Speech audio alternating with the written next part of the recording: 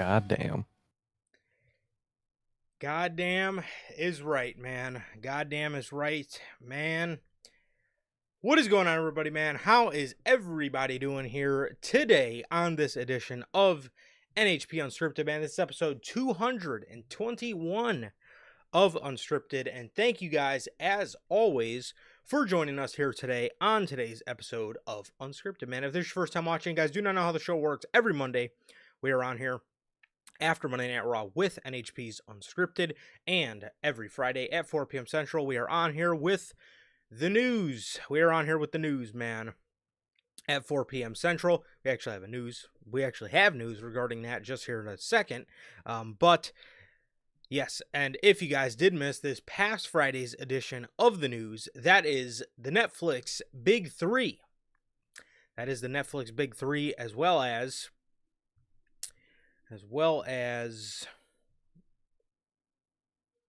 Malachi Black debunking rumors of him leaving AEW. That is episode 239 of the news.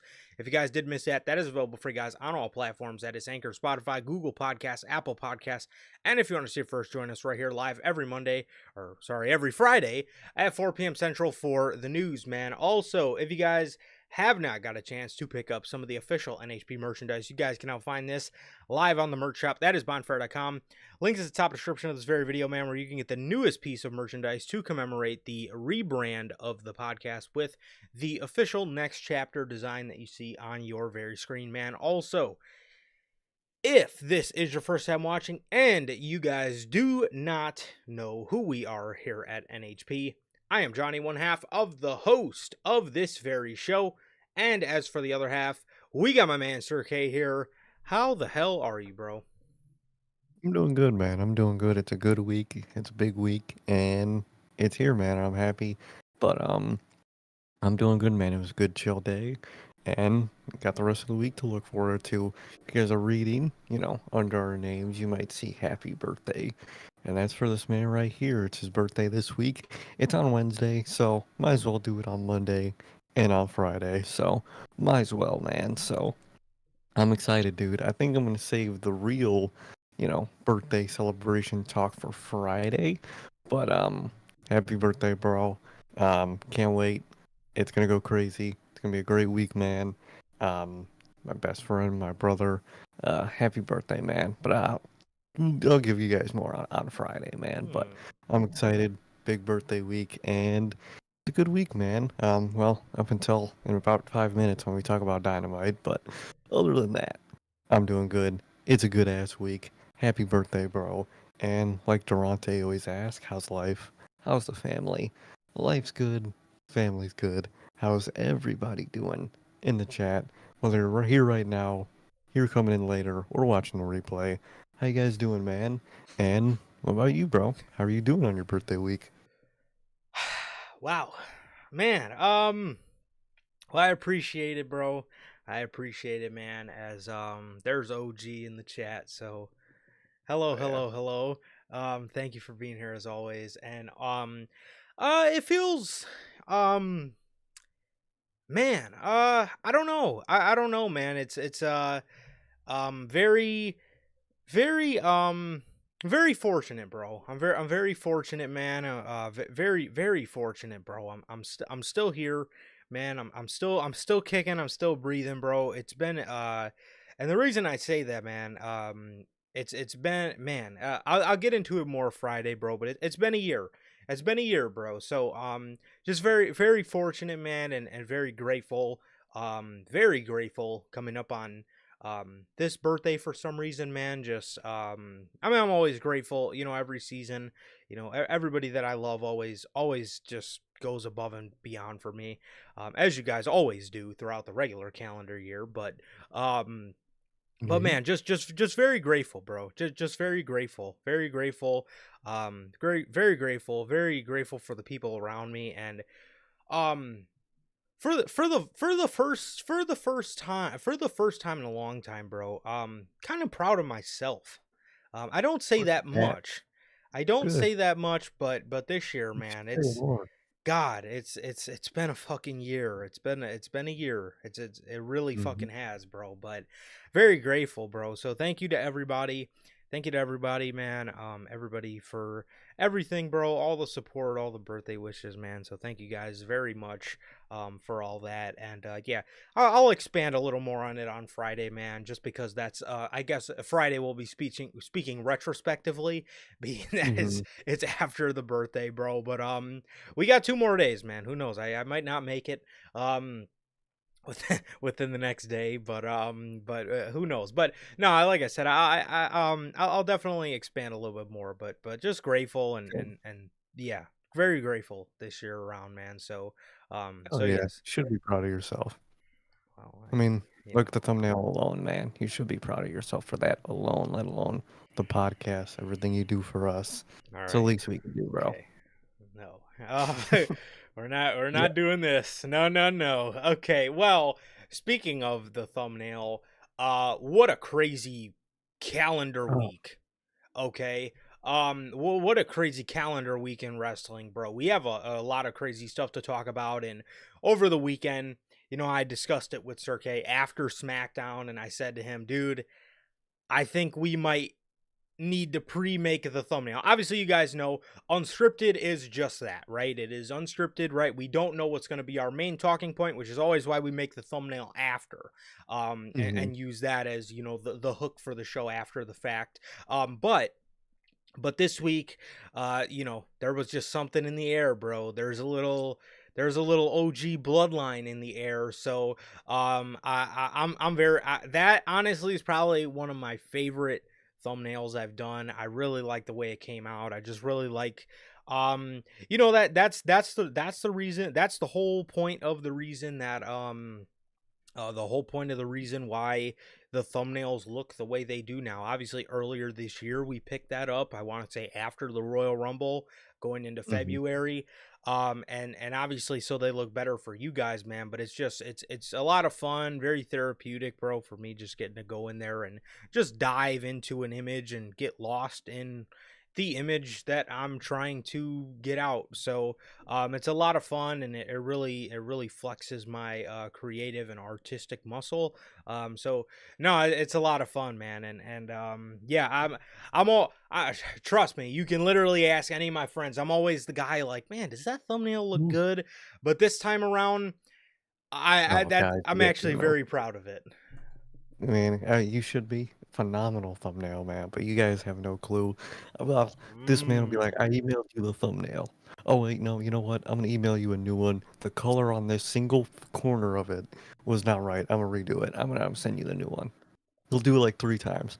Genuinely, this man is such a perfectionist to himself, man, and makes great fucking work, man. So look at the thumbnail for instance, man. But hell Yes, yeah, very. you guys have no clue.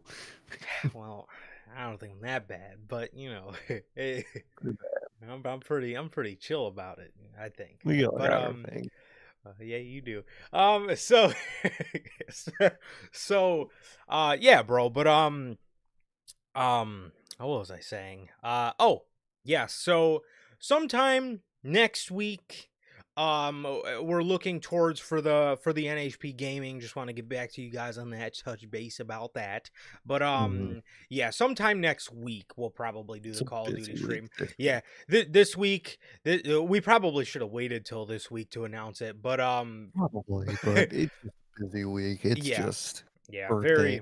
parties, all this other stuff, work still. It's Yeah. just a bitch, dude. So Definitely, definitely, it is. But you guys are getting it, so hang tight, and you guys are definitely getting it going into the end of November for sure. So uh, yeah, so that is that, man, and so as Durante always asks, I'm good, family's good. What about you, Durante, Logan, OG, Bell? Whether you guys are here now, my man naysayers, or a part of the replay mafia, my guys JT and JB. How the hell are you guys doing? And thank you guys as always for joining us, bro, on another edition of Unscripted. So here's the worst part of the week. Ah, we actually have a decent amount of SmackDown to talk about tonight, but by popular demand and We Sir stopped K's talking about and Sir K's request, it is time to talk about AEW Dynamite. Well, guys, this was the week they went up against NXT 2300. And, oh, I forgot to mention, this is also the last time you guys will be looking at this version of me. Okay? Friday, dude. you all will see a new man. Oh my God. Okay. We always do this before Dynamite. I always try to drag it on a little bit. Okay. So also forgot to How mention about Friday time? Yep. Friday's news. Speaking of Friday's news, you guys will see a new man. Okay. I told you guys a couple weeks ago, your boy is in desperate need of a haircut. Desperate need. But you got these fucking Reddit freaks in our fucking in our TikTok comment or in our real comments talking about these guys look like wrestling fans. Listen, motherfucker, I like to wait in between my haircuts. I like to feel like I got a haircut, okay?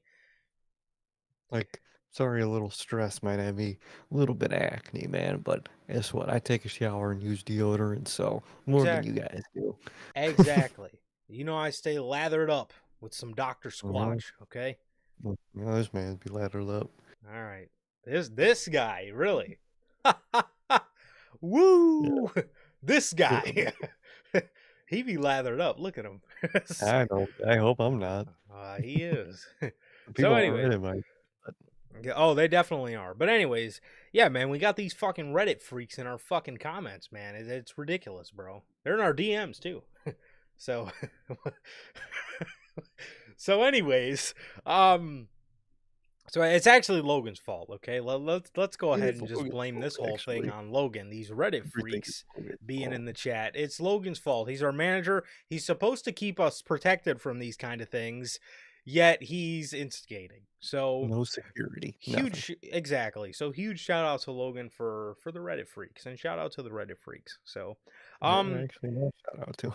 so, AEW Dynamite, man. November the 6th from Manchester, New Hampshire. Again, this is the week they went up against NXT 2300 in the ECW arena. And oh my god. Wow. NXT by no means is a insane show, but and that's probably even that's probably even worse. It's probably not the ones we want, naysayers. uh Not the ones we want, trust that me. dude, that's probably it's probably even worse. Did you say naysayers? Yeah, he commented. Really? Hold on, let me Yeah. refresh my chat. What is going on? No, your shit might be fucking up. Okay, I was gonna say I do not see naysayers. Where is my? There he is, dude. Not the ones I want, man. Not the ones I want. I wish. It's the bad ones. It's the ones that Oh, gotta stay their ass inside. 100%. They a fan. They are No, fans. I get that, Logan. My TikTok, I don't know, for some reason TikTok DMs don't give me they like give them to me sometimes, but like I don't get DM Always. notifications all the time, so I always forget to look at them. But yeah, man, you know how it is, naysayers. You know how it is. But anyways, I'm telling you, man. but anyways, bro. Whatever. What was I saying? Oh, by no means is NXT this insane TV production every week, but God, again, another week where I'm fucking sitting there flipping to NXT, and seriously, and I wholeheartedly mean this, I'm not even trying to be funny, I'm seriously fighting this serious, just painfully obvious urge to just keep the fucking channel on the CW network, because I don't want to go back to Dynamite, bro. This show feels like a chore. It feels like a chore, bro. And we say this to no end, and we say this at nauseum, but Tony Khan is so creatively bankrupt. This is the show you put on when you're going up against NXT. And obviously we're going to talk about it, and I want you guys to remember throughout this whole thing, this is the show he put up against NXT. It's nothing show. Not a single thing of note. No, not really. There's no.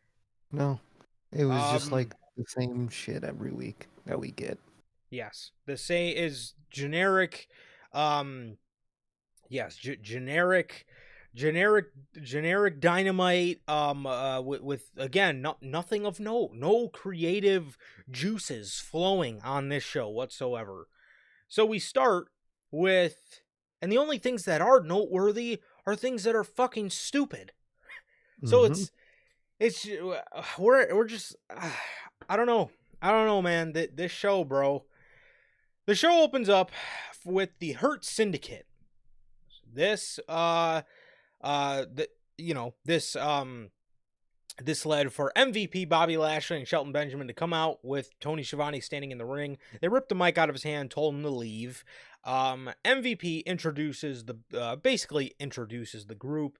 He introduces the Standard of Excellence, Shelton Benjamin, and the Almighty Bobby Lashley. I was very shocked that they were actually still able to use the Almighty name because that was his nickname in WWE. I thought for sure WWE would have had that trademarked. Well, unless they did the thing with people and their names where they kind of, once they leave, the trademark goes to them. So maybe that happened with the Almighty nickname. Yeah, it must have been a Bobby Lashley idea because if WWE came up with it, because It'd be lit. because at first in WWE he was being called the Dominator. It was. He was being called the Dominator, and then obviously that was fucking headband wearing Bobby Lashley. That was Bobby Trashley. Mm-hmm. And then he became Bobby Lashley, became the Almighty. But so he said he introduces the Almighty Bobby Lashley. He says they're here to enrich the lives of others. And if given a business card, if they accept, it can change their life. If they reject, this is what happens to you. He then shows the video of them doing the beatdown on Swerve Strickland last week and Prince Nana. Swerve comes out there. He's being held back by AEW security. He says in his greatest Braun Strowman impression, He did. I don't know why. You full gear.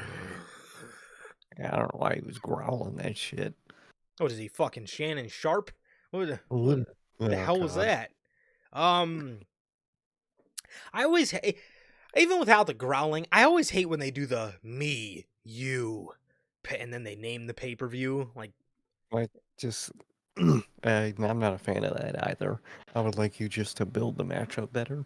yeah, I always hate when but anyways, not the point. So he comes out and MVP says, "Okay, kid, we'll see you there."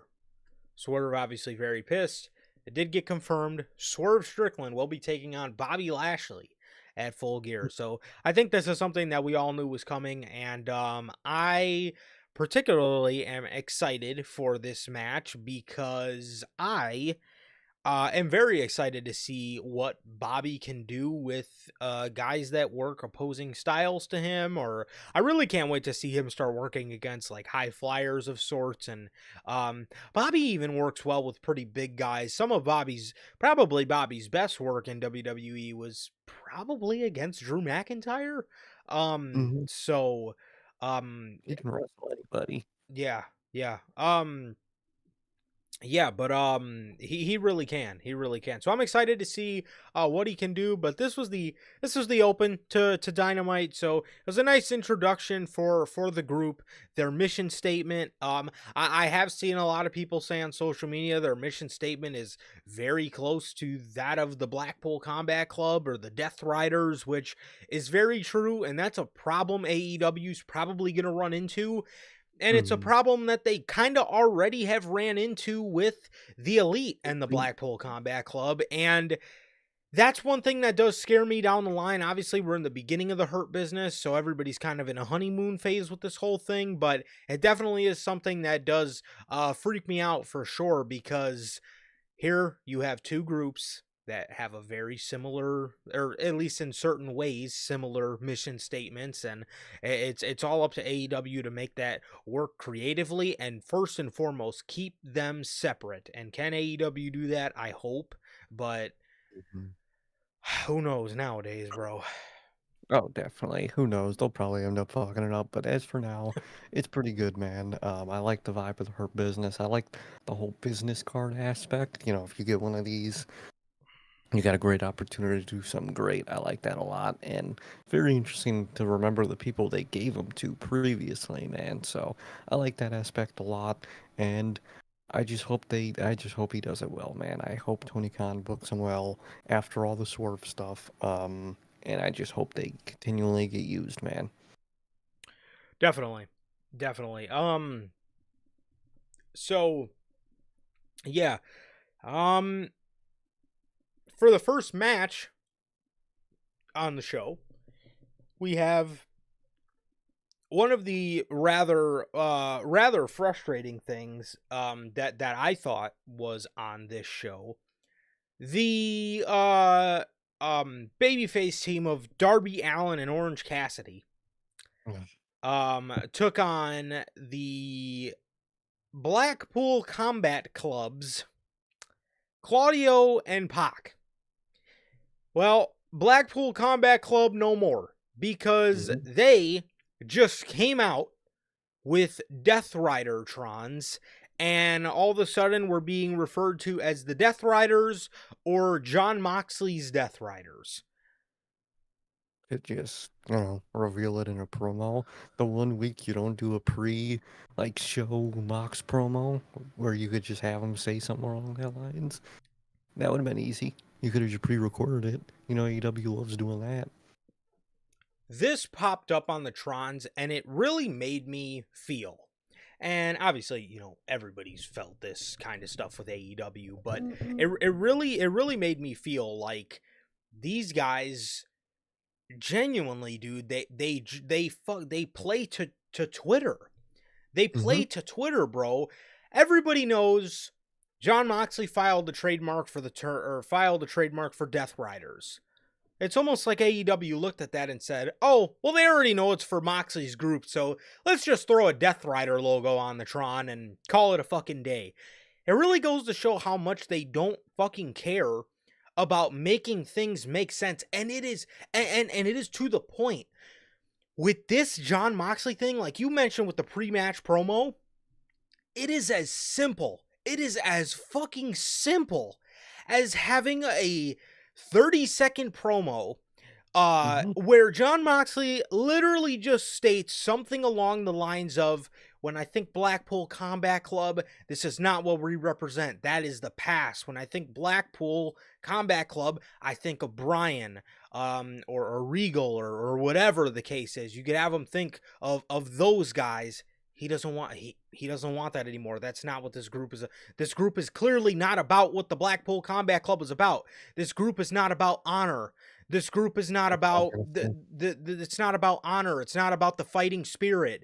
It's about fucking taking shit over and fucking running roughshod over the company. It's as Mm-hmm. simple as that. And it takes, I mean, if you're really fucking bent over about fucking time, it takes 30 fucking seconds to just simply explain the shit. But what do? You just throw a fucking logo up on the Trons and refer to them as the Death Riders and John Moxley's Death Riders.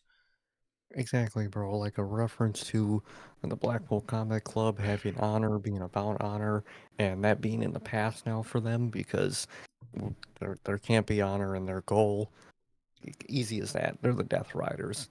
Give me words to describe that. Tell me you are the Death Riders.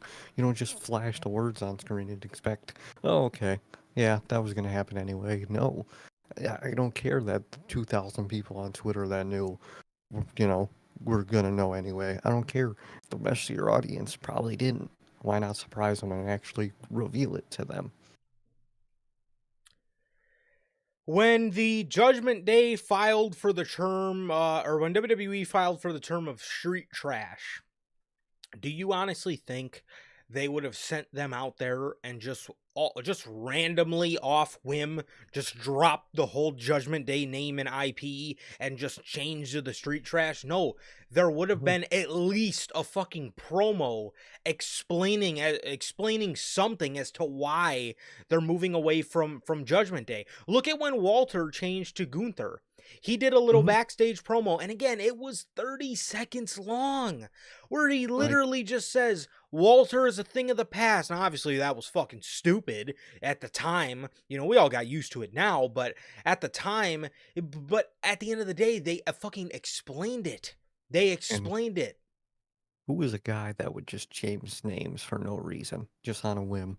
Who also did that? No idea, You need to man, call but him it, up. it really, really rings a bell. Really rings a Mhm. bell. I feel like there was another wrestling promoter we used to have that did that kind of shit all the time.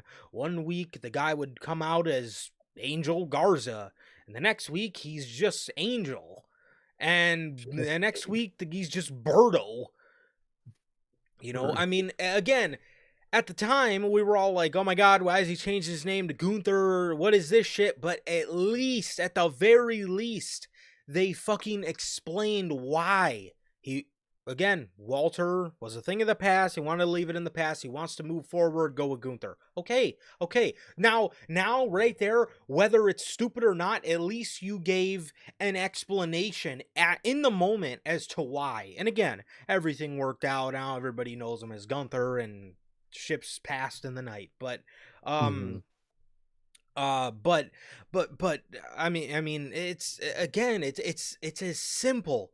It is as simple as a 30-45 second promo where you're just explaining it. I don't understand why they constantly leave so many loose ends, dude.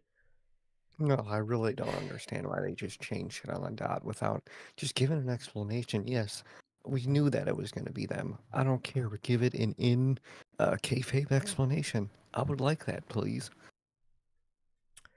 Well, that is what we do not get, because we just Nope. get throwing up graphics on our Tron, and yep, this is what we're going with now. Now you're Death Riders. Yeah. Not John Moxley, sorry. Well, he eventually came out. Well, the match is going on, and the ref ends up getting kicked out of the ring because Marina Shafir just waltzes in the ring, kicks Bryce in the stomach. He falls out of the ring. John Moxley comes out and starts choking out Orange Cassidy. Darby comes from behind and hits Mox with a skateboard. Um, um, oh, Moxley and the Death Riders take out Orange Cassidy and Darby Allin. They get the jump on them, and we get a save from the conglomerators. Ugh. The conglomeration come to save the day. Again, every week with these guys. You got badass villains doing badass villainy, but then you have the fucking Care Bears running out there to stop them. It's like, dog, please put some tougher people against these guys. Tougher baby faces. What happened to those? They do not exist in this world, bro. This is a huge problem with the Death Riders, and you're really going to have to fix this before it's too late. But these guys that they're going up against, and again, I genuinely do not understand why you brought Darby Allin back for this. I really, really do not get it. I really don't get it. I mean, this was an all time boneheaded decision, because you blew your load on the return of an intriguing villain or an intriguing hero for the Death Riders to go up against. You blew your load on it. You already brought Darby Allin back. Now the pop and the moment of him coming back to finally take down the Death Riders is gone. It's gone. Literally, man, you could add your moment, your Sting moment where he finally comes down, he's back, he's ready to fight, and he actually fights, man. And now he did the Sting return, and now he's just helping Orange Cassidy fight him off now and then. It's a waste, dude. You should have saved him. Yes, they absolutely should have, bro. They absolutely should have it. I don't know. I don't know, man. So the conglomeration, they come out for the save, and the Blackpool Combat Club runs away. This is another problem I had with this. You mean to fucking tell me, you honestly mean to tell me, this group that is just reeking of badassery, this group is running away from the conglomeration? Like, like Mark Briscoe, he could actually fight back. At the end, he'll be outnumbered, but he can fight back. But dude, the other ones, Rocky Romero and like, bro, who are these Ishii. people? Ishii, the Stone Pitbull, dog, man, bro, bro has to fucking look around like fucking what's his name? Fucking the one Batman that can't turn his neck. Oh, What's his Michael name? Keaton. Michael Keaton walking around like that, like, bro, just look up, just be above him, and he can't do nothing. Like, bro, it's the conglomeration again. You have this badass group running away from the Care Bears. Like, what are you doing here? Yep. Yeah. So the Death Riders are running away from the conglomeration as yet again another week of the Death Riders again being cool, and then their opponents come out and they're forced to run away from a group that is fucking not even on this, not even in the same universe as they are. It that doesn't look good. It's literally every week. It's cool villains versus just losers, bro. You need balance. You need to have a cool heroes, cool villains, man. Come on, you can't have one completely outweigh the other because it's like, okay, then what's the point? You just beat them at that point. Go to commercial, come back. Ricochet's in the back. They're asking him who his partner is for the mystery tag tonight. He says he's going to keep it a secret. He says he's going to keep it a secret. He says he's going to keep that to himself. And before he knows it, MVP Bobby Lashley and Shelton Benjamin, they go up to him. They Like, wish him. all upon. Yeah, they were. They were all close to him. They were saying, you know, it's good to see you again. Good to see you again. And MVP says, or Ricochet says to MVP, I know, man. We already talked. MVP says, I know. We just came to wish you good luck. He says hello to Bobby. Bobby says it's good to see him again. And he says, hey, man, you got a nice suit. And that was it. So, little more teasing, I guess, as to you know, what exactly could be going on here. If Ricochet is going to join the Hurt Syndicate, or if he's going to be against them, and all that remains to be seen. So it should be interesting. But yeah, another Ricochet and Hurt Syndicate tease. So Very interesting. I could see it going either way. I probably or would prefer him to not join that group, but maybe it'll give him something to do that isn't fucking walk around like a dork, so maybe it wouldn't be too bad. So either or, I'm intrigued, man. So it is intriguing. I'll give up that. the conglomeration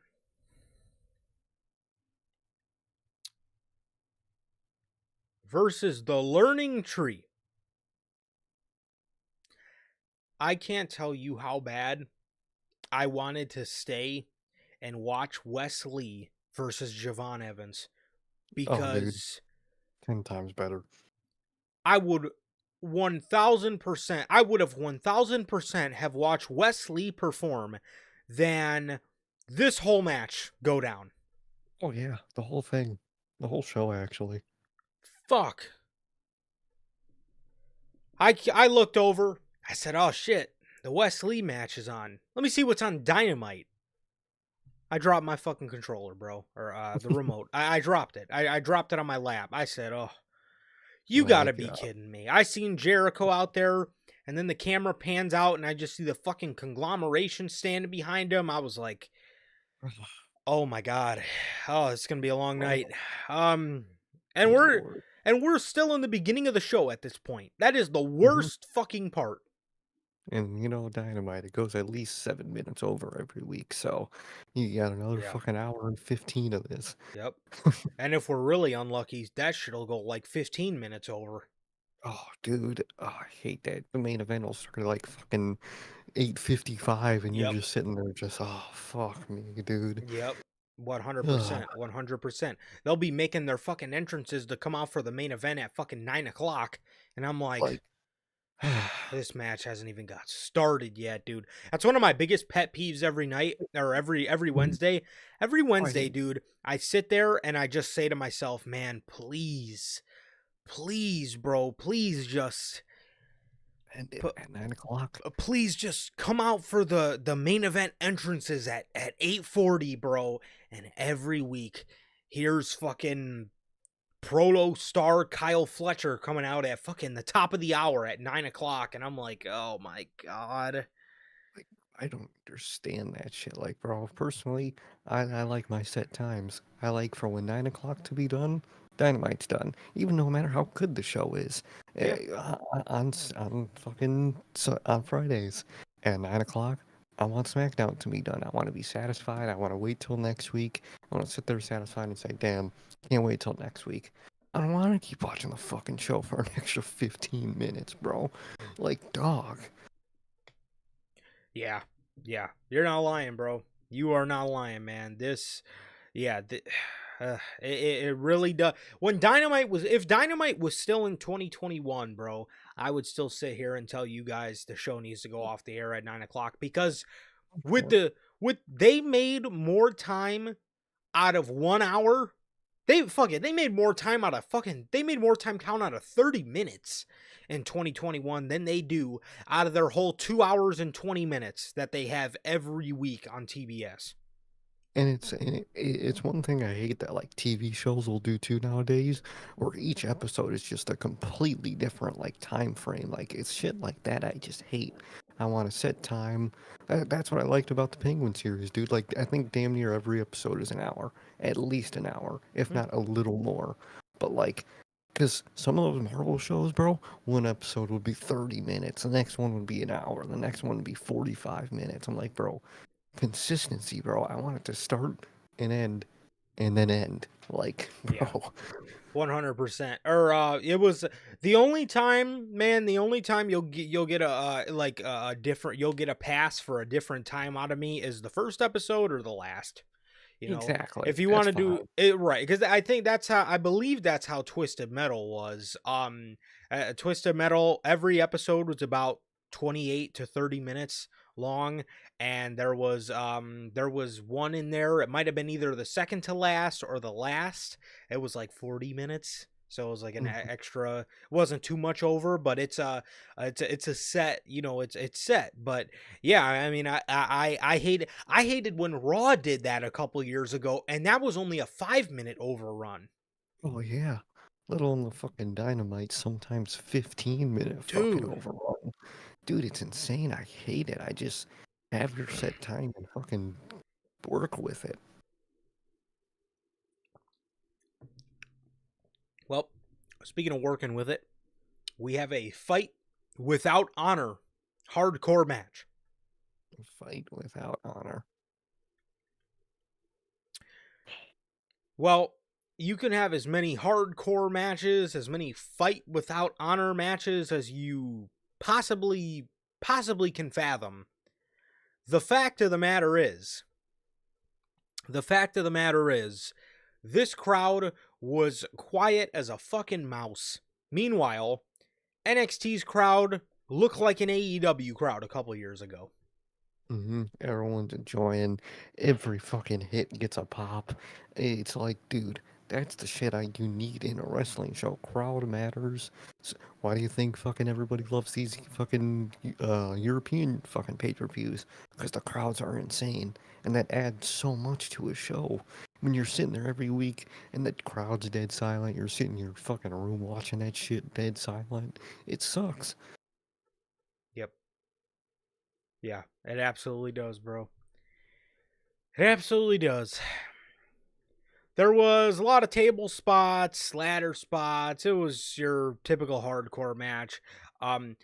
You know how Kyle O'Reilly and Bobby Fish used to do the high-low? hmm Well, we got a version of that from Kyle O'Reilly and Ishii. That was absolutely heartbreaking to see that, because all I could fucking think about was the high-low from Red Dragon. What a replacement, man. Fucking A, what a replacement, man. Bobby Fish? Nah, man. He likes He liked working under Triple H. We can't have that here, man. Let's have Ishii. Come on, bro. This Come this on. this man got canceled and blackballed For liking his own. for liking a boss.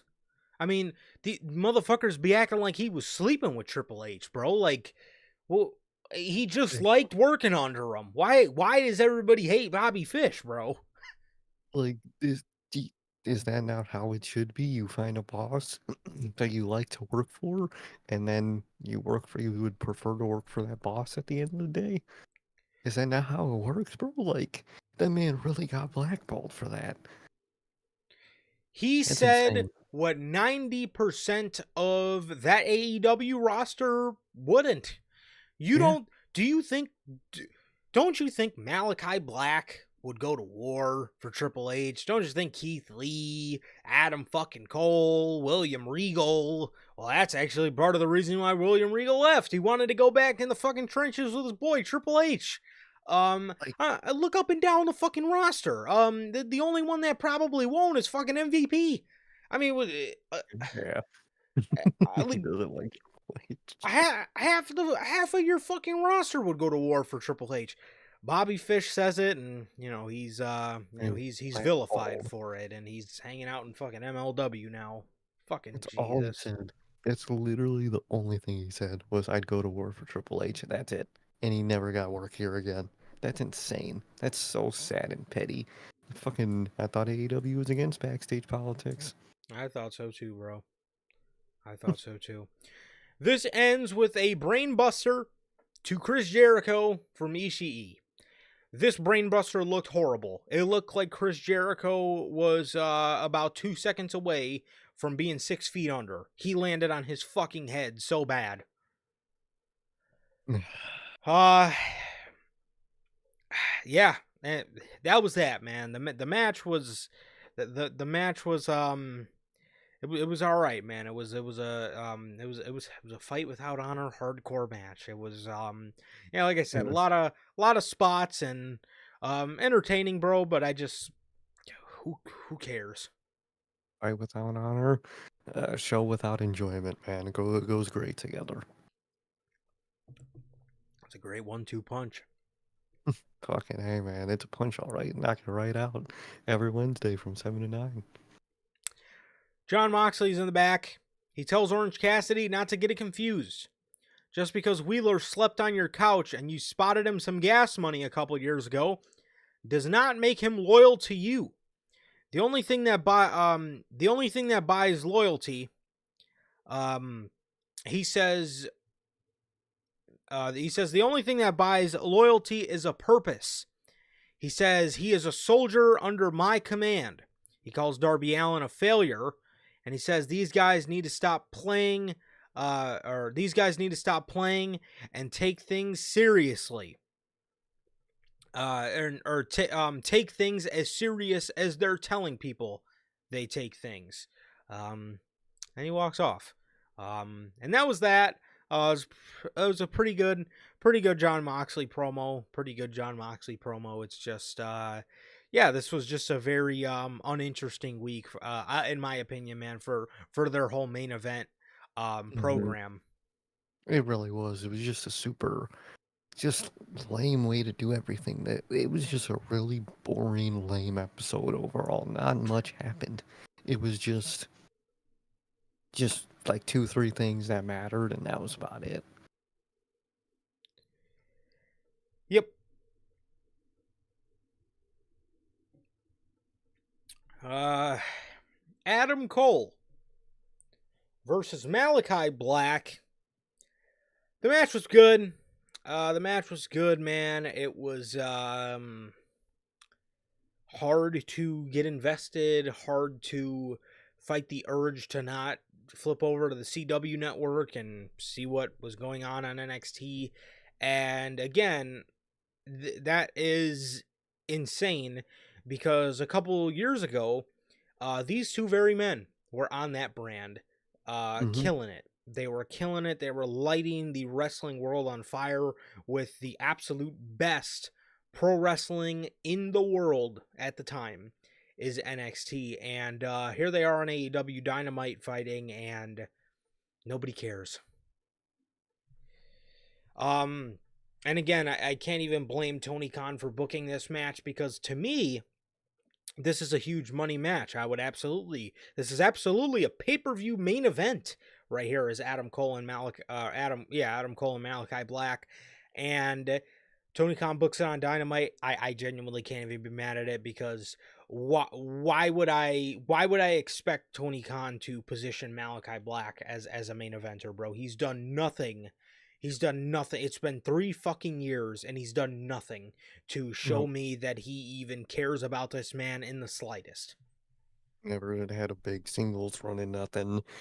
Never was really used in any valuable way, really ever. So I mean, it's a nothing match just with two big names in it, and that's what Dynamite is a lot, man. So I'm not shocked, and at this point, it would just be stupid to be mad at it. Yeah. Uh Malachi Black and Adam Cole are doing their match, and Malachi Black ends up just giving up. He sits crisscross in the middle of the ring, lets Adam Cole hit him with the boom. Also, Adam Cole did kick out of a black mass. Didn't really like that, but again, I do not expect Tony Khan to protect the finisher because He he doesn't does care not about care. him. Mm-mm. Um, He sits in the middle of the ring. He lets Adam Cole hit him with the boom. After the match, Cole and Malachi Black embrace. We actually seen Malachi be a little human. He hugged Adam Cole. He hugged Like Adam that. Cole. And then fucking teleport and hug him. That was nice. Definitely. I'm surprised, man. I'm surprised the lights didn't go out, and then when they come back on, he's he's fully jumped on Adam Cole in a Literally, hug. man. For someone who didn't understand Broken Matt Hardy, sure loves his superpowers. Yes, he does. Yeah. So he he hugs Adam Cole. He walks away. Adam Cole grabs the mic. He gives Malachi Black his props. He says, "I talked to one Tony Khan." Why did the crowd boo? It's Tony Khan. Wouldn't you, boo? I th- I found this absolutely hilarious, man. I thought Tony was some sort of cult hero. He is to the 2,000 people on Twitter. Other than that, I think people recognize that no one likes him. You know, Logan. Yeah. Oh my god. I wouldn't have been shocked at that either. I'm not gonna lie to you, bro. When Adam Cole put his hand out, I 100% thought they were gonna run the same spot, but do Brody shaking his hand, the same spot they did with Murphy and Cole. I thought they were gonna do that with Malachi Black and Adam Cole, but when he when he when he when he whispered in his ear, man, they were probably talking about how nobody gave a shit about this match and how they wish they were both at Wells fucking Fargo, the Wells Fargo Center in Philadelphia, Pennsylvania for fucking Takeover Philly. They probably went, "Hey man, how many years you got? 4. Fuck, I got 3. Oh, good luck, man. You too." Yeah, Like talking like a prison, like they're fucking cellmates, man. How yeah. many years you got, man? Oh, damn, that When are you sucks. I eligible only for got 3. parole? Like, fuck. Dude, fucking hey, at this point it might be more valuable to pull a fucking Pac for these people. You, you know, Fuck. it Dude, might I'm waiting for that day. I'm waiting for it. Someone's gonna do it eventually. 100%, and I can't wait. That's I exactly can't what wait. it deserves, and I can't wait because I know it's gonna be the dude that's been done the most dirty. But has done the most for the company, like Yep, a Ricky Starks or something. Not that yep. I think he would do it, but like for an example, someone like that who's done so much for the company never got a single fucking ounce back. Yep, 100%. Oh, 100%. Somebody just like Pac, somebody who busted their ass doing what the company wants, and Never they, got repaid. yep, exactly, Never exactly. respected, nothing. And again, not that, you're guaranteed to get repaid in the business, but like show some respect to the people that work their ass off for you, especially when Yes, they're that good. Like Pac was, bro, put was a whole fucking division on running. the map. He was like one of the only good parts about Raw for like that whole year. Yep. It was him, fucking Jericho and KO. That was it. And then Braun beating up fucking Roman. It was those 3 things that fucking kept Raw alive. Yeah. And Oh, he worked around a division that was just, it had good pieces, man. It was just nobody stood out like he did. no, You know, they had for a while the Austin Aries, they had Rich Swann in the mix, bro. They had um twisted. they had those guys, which again they were good, man, but nobody stood out. Nobody No, stood out. I mean, all their cruiserweight champions up until that point, they didn't stand out, bro. TJ Perkins was not a good champion. Brian no. Kendrick didn't even do anything with the belt. Rich Swann did close to Dance. nothing with the belt. Yeah, just fucking walked around with the title and danced.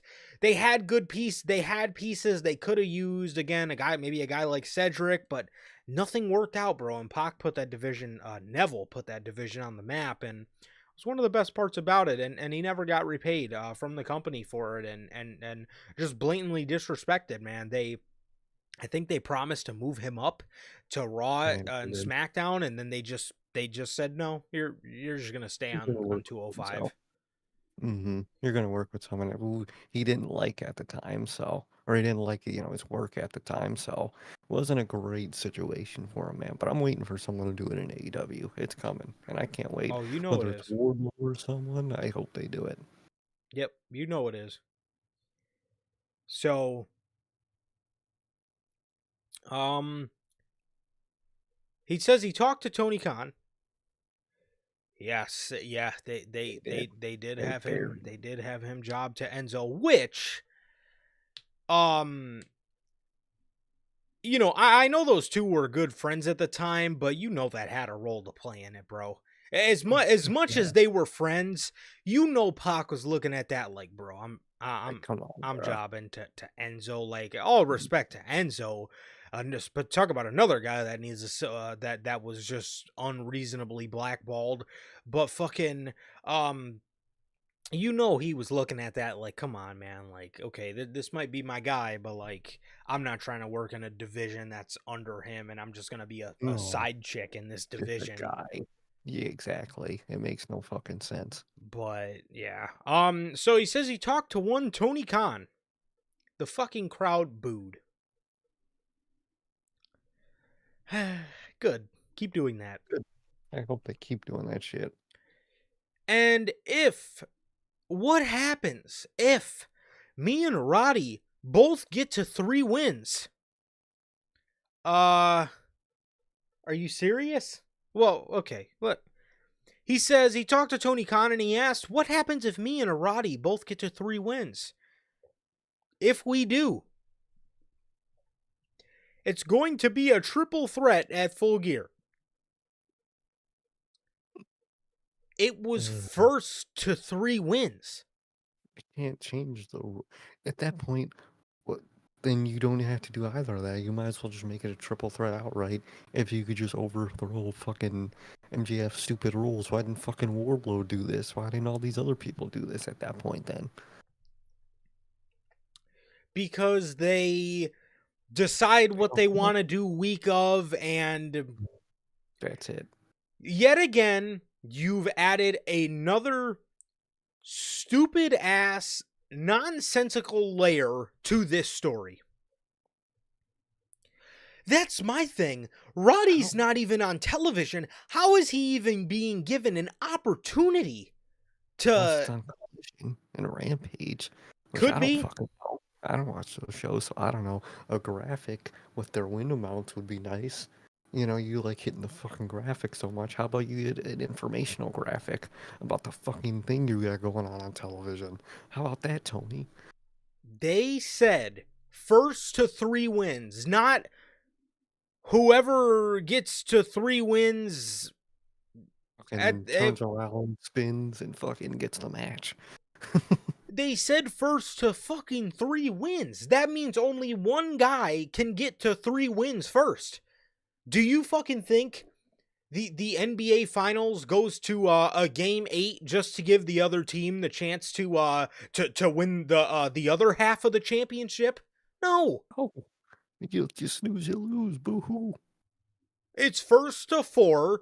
The other team, if they lose 4, they don't fucking get a chance to, well, we're going to tie, and if we go to game 8 and get that 4th win, we both get to call ourselves champion. You literally fucking told your audience first to 3 wins. Only one man can get 3 wins first. Oh man, Strong beat the Beast Morty on Saturday. He beat the Beast Morton. Oh my god. I thought he was injured. That's no, hologram. That's hologram. That's the Yes. other Tony Khan toy. Okay, my bad. He went back to space, bro. It's not morphin time yet. He went back to space. He did. Good lord.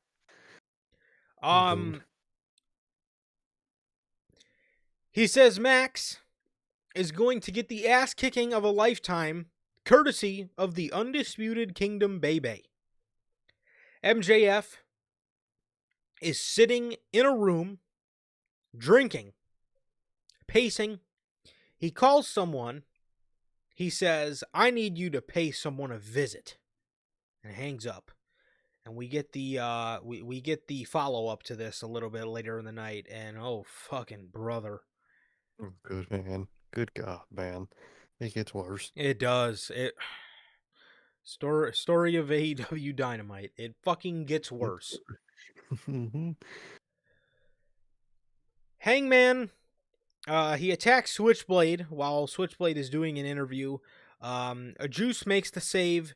They fight out into the ring area, and they make their way out into the ring from the backstage area. Switchblade said he's going to embarrass Hangman at Full Gear, and he may be the first to get him to tap out. It was a good promo from Switchblade. I just really wish Hangman was doing something a little more important. You know, I feel they've sort of. I feel the fire has cooled down a little bit since coming out of All Out. I don't know if Hangman. Well, I don't want to say he's never looked better coming out of All Out this year, because I know a lot of people love this version of Hangman. It's their favorite. Personally, for me, it's always going to be the babyface, the anxious millennial cowboy. It's always going to be that Hangman. This is probably my favorite look, but overall favorite man will go to, obviously, the fucking GOAT babyface. Yes, absolutely. So I love that. I think that was one of my favorite chases for a championship ever. I love that, and the fact that it culminated on my birthday is another just kind of cool little side thing there. And it was an awesome birthday gift 3 years ago, bro. So shout out to Tony Khan from that. Yeah, and we're just now getting the figure to commemorate it. which I just picked up the other day. I did get me my my pay-per-view limited series only at Target Adam Page. So that Shit, should 3 years later. yep, 3 years later. Um so Adam Page, like I said, Switchblade says he's going to be the man to get Adam Page to tap out. He's going to be the first man to get Page to tap out, and that was that. That was that, man. So yeah, that was like I said, pretty good segment, man. I really wish Hangman would have, went for the world title, or just, if he couldn't have gone for the world title, I just, at the very least, I just wish this feud with Switchblade was just being treated as a bigger deal. I'm telling you, man. Like, I don't know what they're doing with that Continental Crown title, but they could have had him beat Okada for it at some point. You could have this feud for that, or him facing Okada now. Something, dude. Where's Okada? Like, Yeah, what's going on here, bro? that Like, that could be that could be good for Page. Put him in the C2, have him fucking run through it, not take a loss. That could be pretty cool. like that. That could be really cool, man. I like that a lot. So, yeah. But yeah, I don't know, man. I don't wanna see his momentum squandered. I really don't. Oh, okay. Shane So Taylor. so, uh, so Adam Cole has to fucking fight Malachi Black, and he has to fight Buddy Murphy, and Roderick Strong has to face the Beast, Morty, and Shane And, Taylor. first of all, he's ROH. That shouldn't count. It should be against an AEW person. Like, what? Shane Taylor. What a fucking just. Oh, thanks for the competition, asshole. You beat Yeah. nobody. Chris Statlander, she's in the back. She walks away, and we hear a car slam on the brakes. Chris is laying on the floor as if she just fucking Call of Duty slid across the fucking map. It also looked like they were in the map red card. They were. Yeah. Arena. She's fucking sliding through the backstage arena. Mercedes and Camille are in the car. Mercedes is talking down to Camille. What are you, stupid? How did you miss her? Go get her. Go get her. Camille gets out of the car to go get Stat, who was laying on her side of the car, the left. She was laying on the left side of the or at least the front or left side of the car. Mercedes. Camille gets out. As soon as she gets out, Chris is already standing at Mercedes' door. You mean to tell me you didn't fucking see her get up and walk or run across to Mercedes' side of the car? What did she Spider-Man crawl up to that door? I know she got up and ran. Like, bro, you didn't see that? What the? She slides. Did she slide back over there like how she dodged the car in the first place? Did she dolphin dive over there? How did she get to Mercedes' side of the car without? You're sitting here calling Camille a dumbass. You don't fucking see Chris Statlander walk across the car to fucking come over by you? I don't see her run into you and just in front of you running to you. You don't see that. And what are you trying to hit her with a car for? You know, you just want vehicular manslaughter just for no reason? For a nothing feud? Like, what are you doing? This is a nothing feud. Why is she trying to hit her with her car? Like, bro. What the dude? And the worst part is Chris Statlander lays these two out like they are some fucking enhancement talent. She lays both of them out and walks off. Why? Holy shit. For anybody? What was the point of that segment's existence? Who accomplished anything? Me. I did. I accomplished wasting another fucking segment of my life. Mm-hmm. That's what I accomplished watching this segment.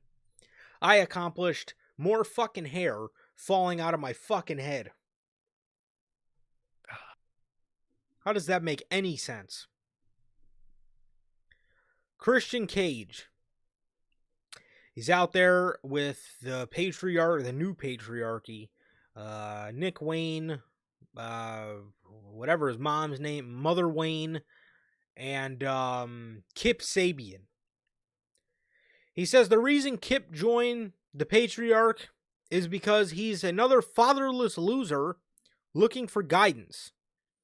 He says Kip saved him from losing his contract against the Death Riders, and in that moment, he did more for me than any of my sons ever have done for me. He looks at Nick Wayne, so I guess we're teasing tension with Nick Wayne and Christian. He hugged Kip. Hook comes out. He tells Christian, make it fast and make it good, because I don't have a lot of patience, he says. Christian says, Hook, you're a wild card. You're an ass kicker. And he says what happened with them the other week wasn't an attack. It was discipline. He's talking about when they attacked Hook a couple weeks ago. And he needs a son like Hook. And he had to take Taz out from a place of love. He says, Taz saw my face, and he could have told you who did it. But the reason he didn't tell you is because he knows I can bring you to different heights. He says he was the he says Taz was the face of an outlaw promotion, but once he made it to the big leagues, he crumbled under the bright lights. He says I need you, Hook, and I'm just going to say it. I wish your father was dead. Hook attacks security and attacks the patriarchy for a little bit, and they retreated before Hook can obviously finish the beatdown. But yeah, you gotta love them. Mentioning ECW here, the same show that was holding NXT the same night, and that beat them in the ratings. So Gotta love the attempt at a jab that didn't end up working out come Thursday, man. But it's all right. It's just waiting for Samoa Joe to come back, so that's all I'm waiting for personally. So I can't wait for Joe to come back. That is gonna be cool to see those two together again. But that's all we're waiting for with this fucking story. Yes, that is really going to please my sweet tooth, you could say. God, I can't fucking wait for Samoa Joe to come back, bro. Fuck. God damn. I actually can't wait to see him play Sweet Tooth again. I just know season 2 is going to be different, bro. I just know it. He just knows it. I do. I can't wait for him to go away around this time next year, too, because I know we about to get more heat. However, Don Callis, he's in the back. He's talking about how dominant the tag team of Brian Cage and Lance Archer is. And a random guy in a suit walks up with an envelope full of money and a ring in a box. And a voicemail from MJF plays asking Don to take care of a baby for him, or else there will be people to take care of him. So did he call, when MJF was in his room, did he call this fucking random guy that nobody knows? Did he call Don Callis? Who the fuck did he call? I guess he called this random guy who's, he's got some Secret Service agent or something with him. I don't know what the fuck he is or what he thinks he is or what Tony Khan thinks he is. But he had this guy come up and deliver this message to Don Callis when he could have just called Don Callis himself in the first place and did this. So just doing extra shit for the fuck of it, I guess. And extra shit that ends up being garbage, dude. Here, do this for money. Dude, we haven't seen that in a minute, and I'm glad we haven't seen that in a minute. That I could remember. But dude, I hate that shit so much. I Horrible. don't want that shit back. I hate to do this for money, bro. I don't care if you're getting money. I don't care if you're getting paid. I care about the wrestling around you, a storyline, something. I don't care about your money. I hate that storyline or that aspect that AEW does so much. It's horrible. It is. It is, bro. And I know it's your favorite, man, but Don Callis, bro, he's motivated by the money. You know, I hate that. I hate it's that. it really gives the audience something to connect to. You know, Oh yeah, man. It- I really feel what you're going through because I get a percentage of his cut. I really give a fuck Exactly. how much Don fucking Callis is getting paid to put one of his guys in a one-on-one match with Adam Cole. And Um, I hate to break it to you, Tony, Max, you guys. What the fuck is any of these guys gonna? Well, the one guy they picked ended up being actually challenging. But if it was anybody else but the one guy they actually picked, it would have been like, okay, get the fuck out of here. yeah, Any of those options except the one would have been horrible. So like, what are you doing? 100%, bro. 100%. And yes. Yeah, so that was that and it did get confirmed that Adam Cole next week will be taking on Takeshita. Now, my question is, or not my question, but like, Takeshita has to win that. I love Adam Cole, but there's no Uh, way he could legitimately beat Takeshita and you not would make it think. look fucking stupid. He has to lose that one. He has to. He has to fucking lose that one because there's no way. You can't do that, bro. I'm sorry. You would think. You would really fucking think, dude. I promise you would really think, but Fuck yeah, that would be. I would not be either. I would not be either, bro. Yeah, I Adam Oh Cole man, versus a way to just book yourself into a fucking corner. Nice. yeah. Let's put the fucking rising monster versus the rising broken guy that's trying to make his way back up, bro.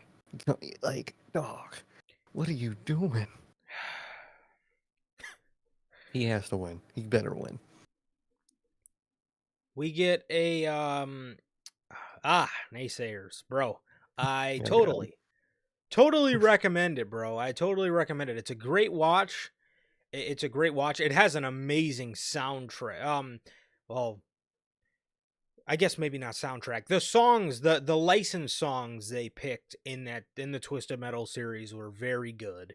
They Oh, were very good. They put me onto a lot of good music. Um, the acting is great. The story, I didn't expect the story to ever come off that good. Usually video games sort of like remake movies and stuff kind of suck. oh It was very good. It was very good. Samoa Joe plays an amazing physical sweet tooth. Um Will Arnett, yeah. yeah, I believe Will Arnett plays a great sweet tooth in the voice. Anthony Mackie's amazing. Stephanie Beatriz did really good as Quiet, the girl, in there. It very good. I totally recommend it. Short episodes. It's easy to digest. It's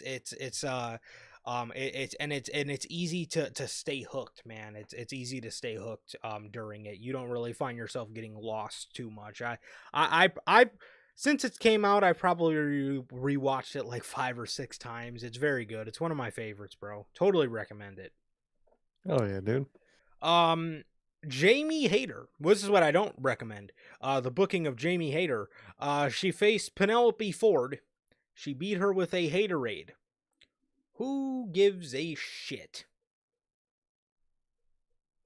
Like, what, Penelope Ford. This is all you have for her. Penelope, you have Jamie Hayter returning. That was long awaited for fucking months on months. And this is what you have her doing? Facing Penelope Ford in a nothing feud? I don't get it.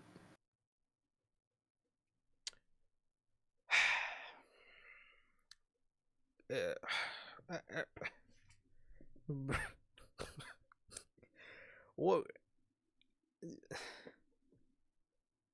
Come on, dude. This is this is. I don't even know what to say. How you have a woman like this who's one of the best in the world, bro. She has AEW's best women's wrestling match of all time under her belt. The best. Full Gear 2022 Hayter versus Tony. It's probably the best women's match of the whole year. And This is what you ever doing. she comes back and she is a nothing act, bro. How do you not?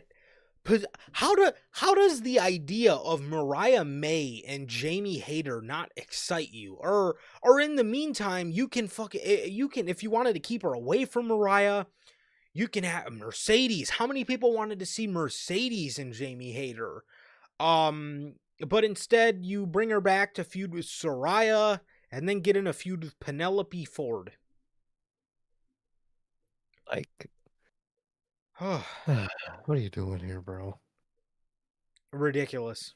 Absolutely ridiculous.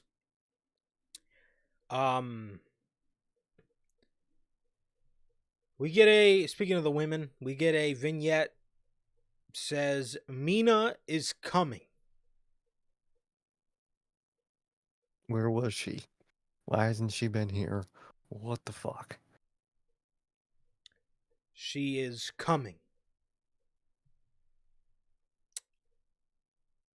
Well,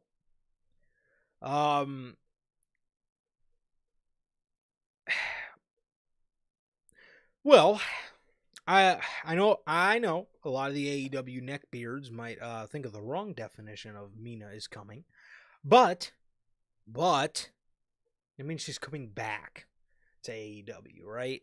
Not the other, not the other definition, but she's coming back to AEW next week, and Mariah May, I'm assuming, is going to be waiting for her, and I do not know why this hasn't taken place any sooner than this. I don't, maybe we're waiting for Wrestle Dynasty to do Mina versus Mariah. I don't know what they're fucking waiting for, but it seems like we see Mina, and then she goes away.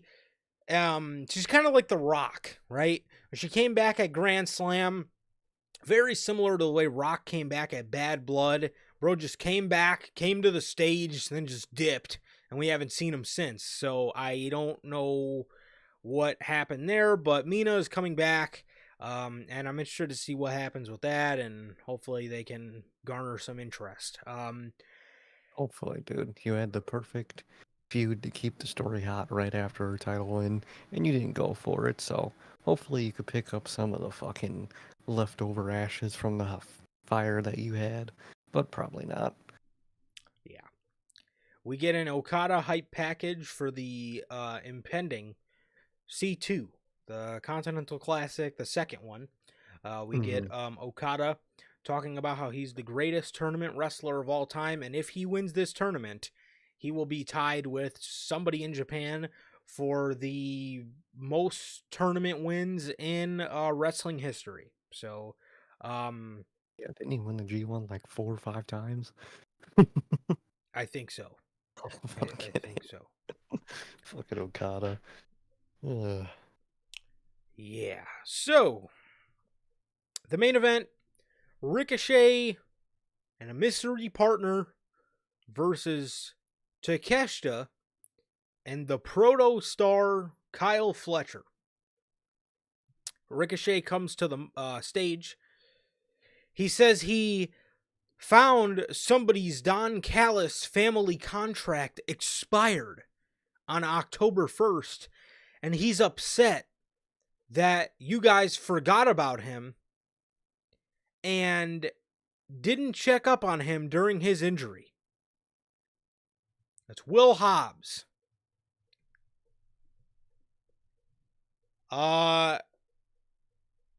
You know, Don Callis and his group, I genuinely, at this point, speaking in kayfabe terms, I don't understand why anybody would ever join this group.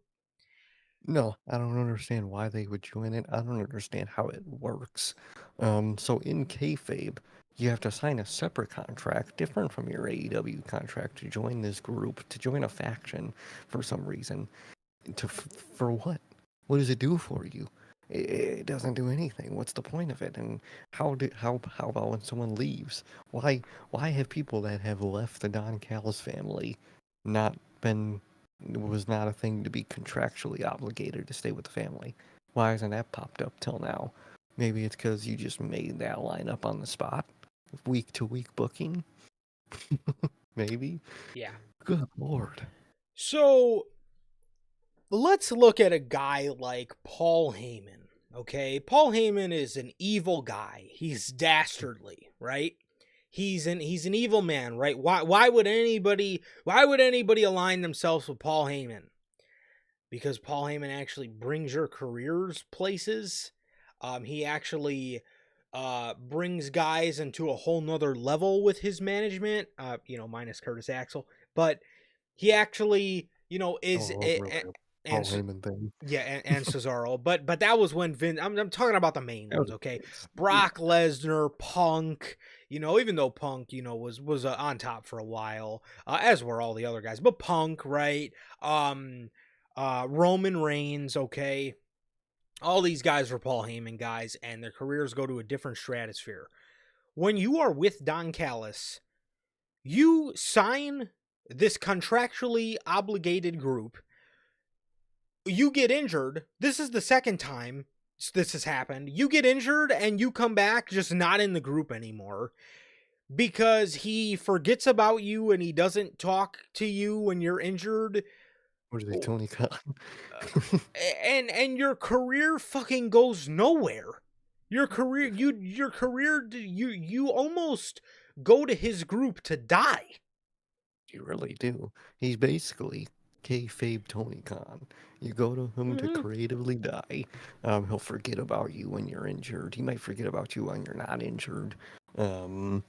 It makes no sense, dude. It's the most illogical shit ever. Just for a throwaway line in a promo. Let's just make it not make any sense.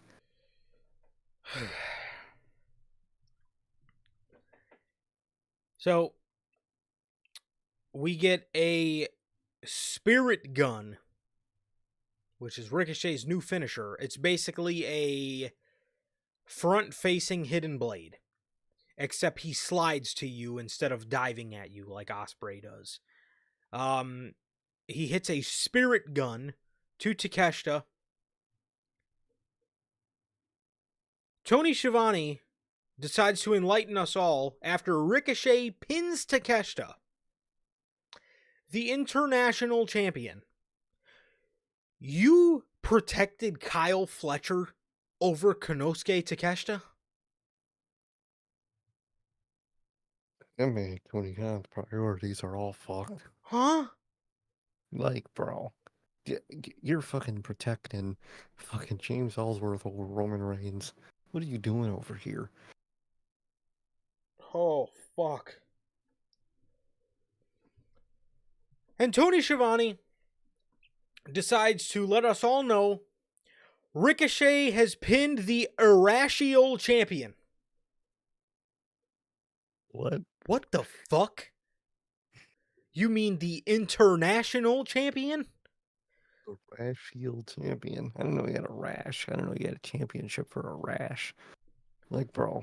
Ricochet pinned the Irrational champion.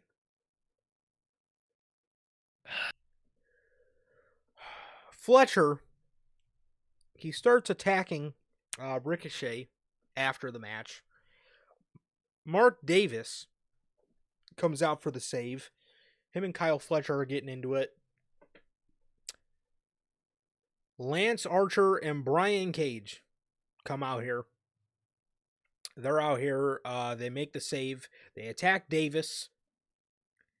Kyle goes to hit Mark Davis with a screwdriver, and we get the AEW return of Will Ospreay The babyface group attacks them as the Don Callis family are standing tall. I believe Adam Cole came out here at some point, and he was attacking Takeshita. What? What? Why?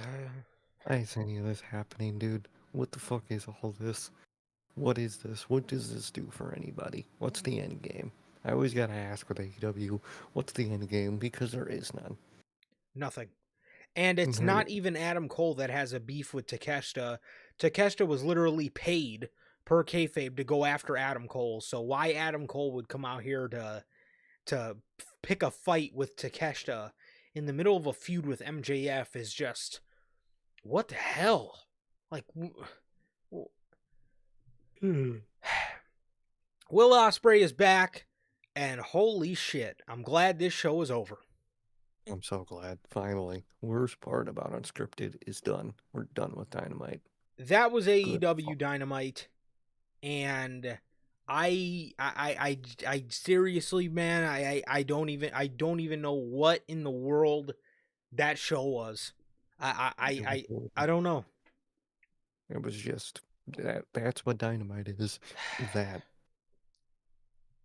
Yeah. That was AEW Dynamite. It was another horrible show, and it was another 2 hours and 20 minutes of my life that I cannot fucking get back.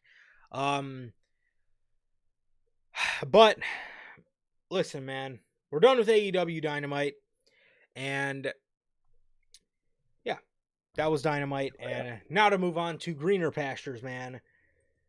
W Energy. W Energy. And energy. Yeah, seriously, man. I got mine coming in the mail, man. So I'm excited. I'm excited to maybe try it after fucking Dynamite to keep me awake. You guys need something to keep you awake during AEW Dynamite, man. During those long overrun times, during those illogical booking decisions, and all the dumbassery that happens on the shows. Go pick yourself up some W Energy, man. Loaded with vitamins and nootropics, man. Looking for a formula looking to improve focus without the jitters. W Energy is a clean formula, sugar-free, zero-calorie, free from fillers and artificial colorings, with 150 milligrams of caffeine per serving. You can get your W Energy, I always call it Derby.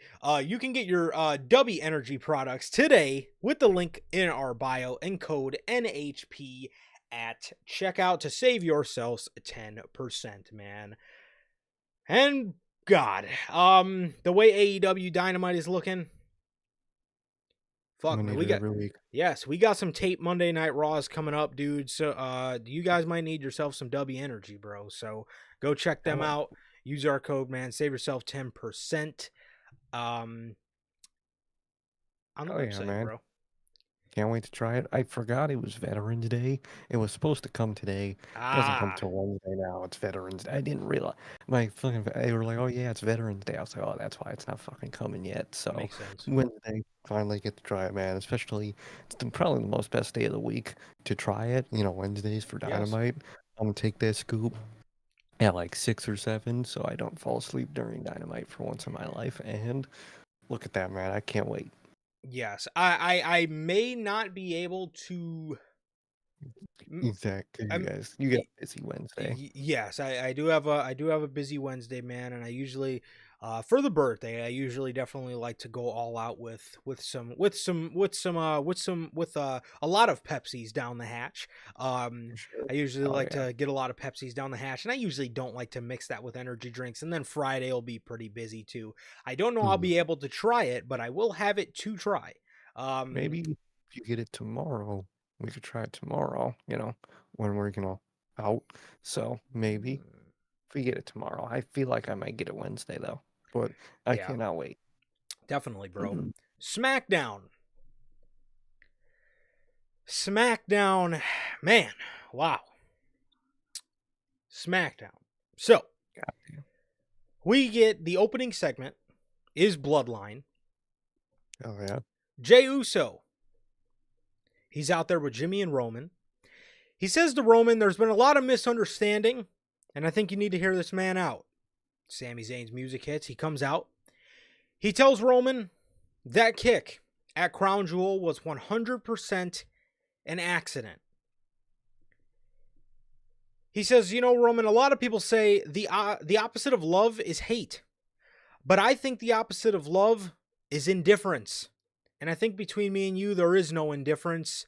He tells Roman, I think you love me. He says he's going to put the ball in his court because he knows Roman misses the old times. That were some of the best times in Sami's career. That was even some of the best times in his life, he says.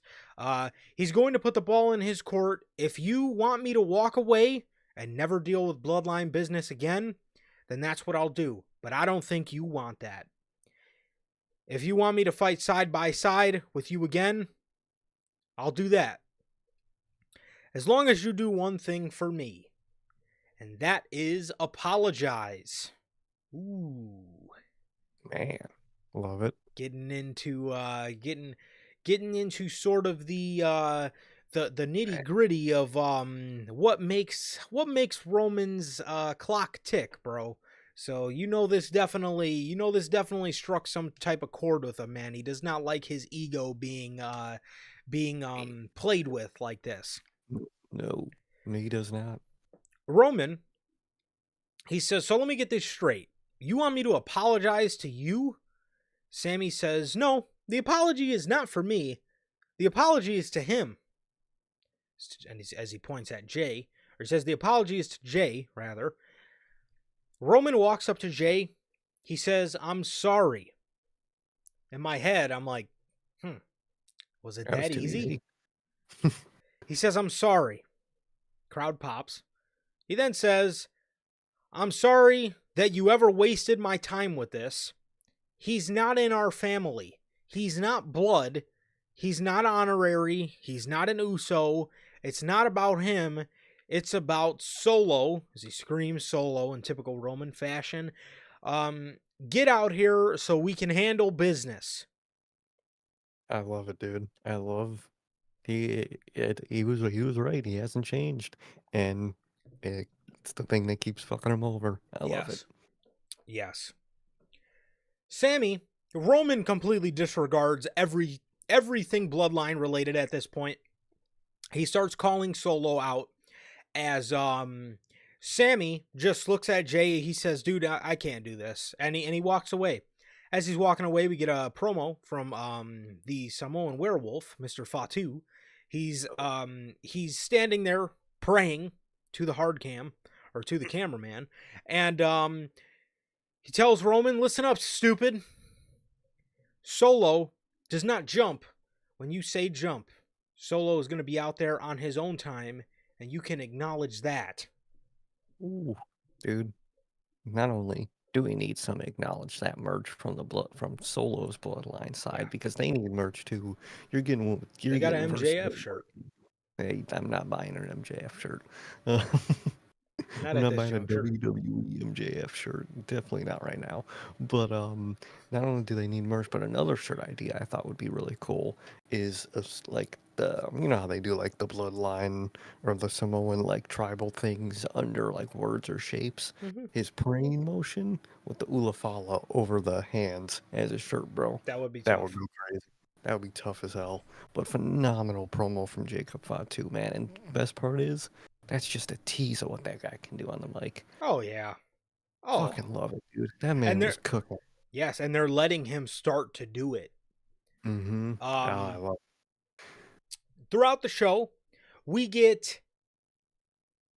so that was the opening segments of the Bloodline. Obviously, there was more stuff at the end. Throughout the show, we get angry Tommaso Ciampa DIY teases. Dude. Where do you see this going, and how are you feeling about all this?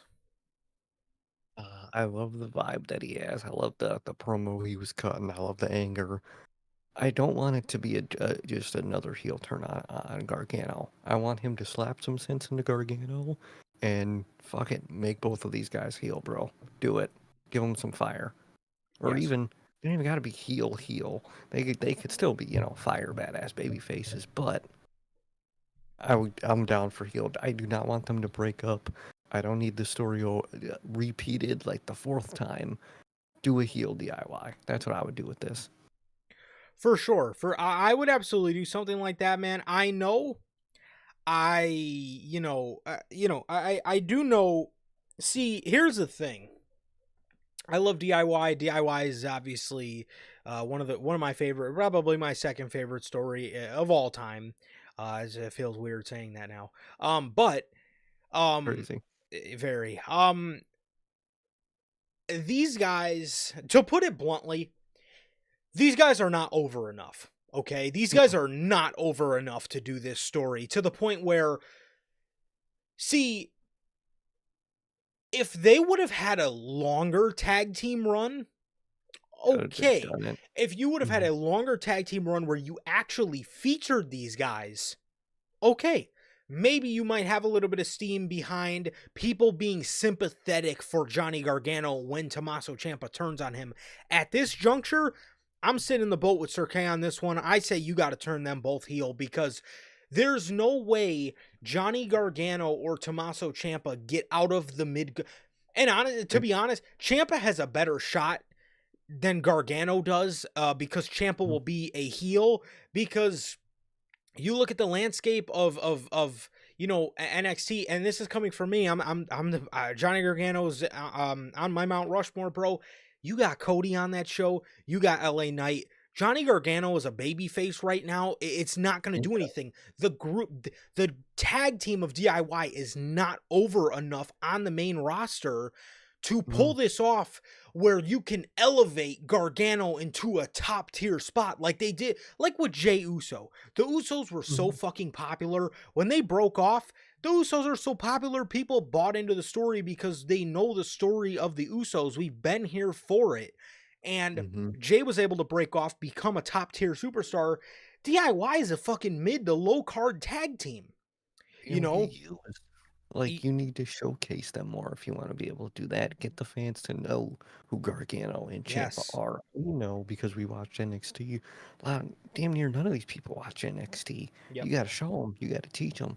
You got to show them how they work as a tag team. Their individual sides, the angrier side to Ciampa, the more good guy side to Gargano, the if he has to, bad guy side to Gargano. And that's what I want this to bring out. That reluctant Gargano that goes, you know what? I gotta do it. I gotta do it for the sake of success, security, all that shit. I gotta do it. And that's what he did back in NXT. He beat up fucking Aleister Black, not because he wanted to, he had to. And that's what he's gonna have to do now, man. Bring that shit back. Yes. And you know, I don't know if they would want to use this. I know a lot of people may find this insensitive, but I'm sure Indy would be okay with it. Have Ciampa say something to Gargano like, dude, our fucking friends are getting released. Do you want that to be us? We got to do what we got to do. I'd embrace it.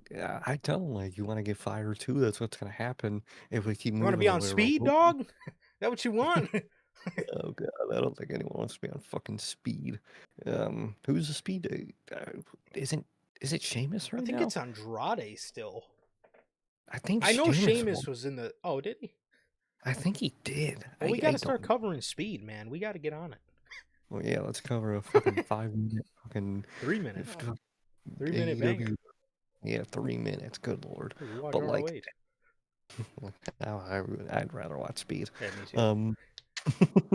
But like, that's what you gotta do, man. If you wanted to do a breakup, you had to showcase them more. You can't do that. Yes. You gotta do a full group, and like you said, I would mention the firing. I think that's a great way to fucking get some fire in this storyline. Just say, you know, you want to get fired too. That's what's gonna happen to either of us if we're going the way we're going. We gotta fucking lock in and do this shit.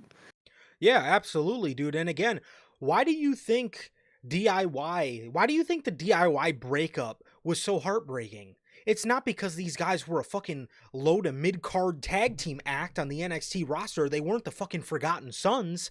They were at the top of the division.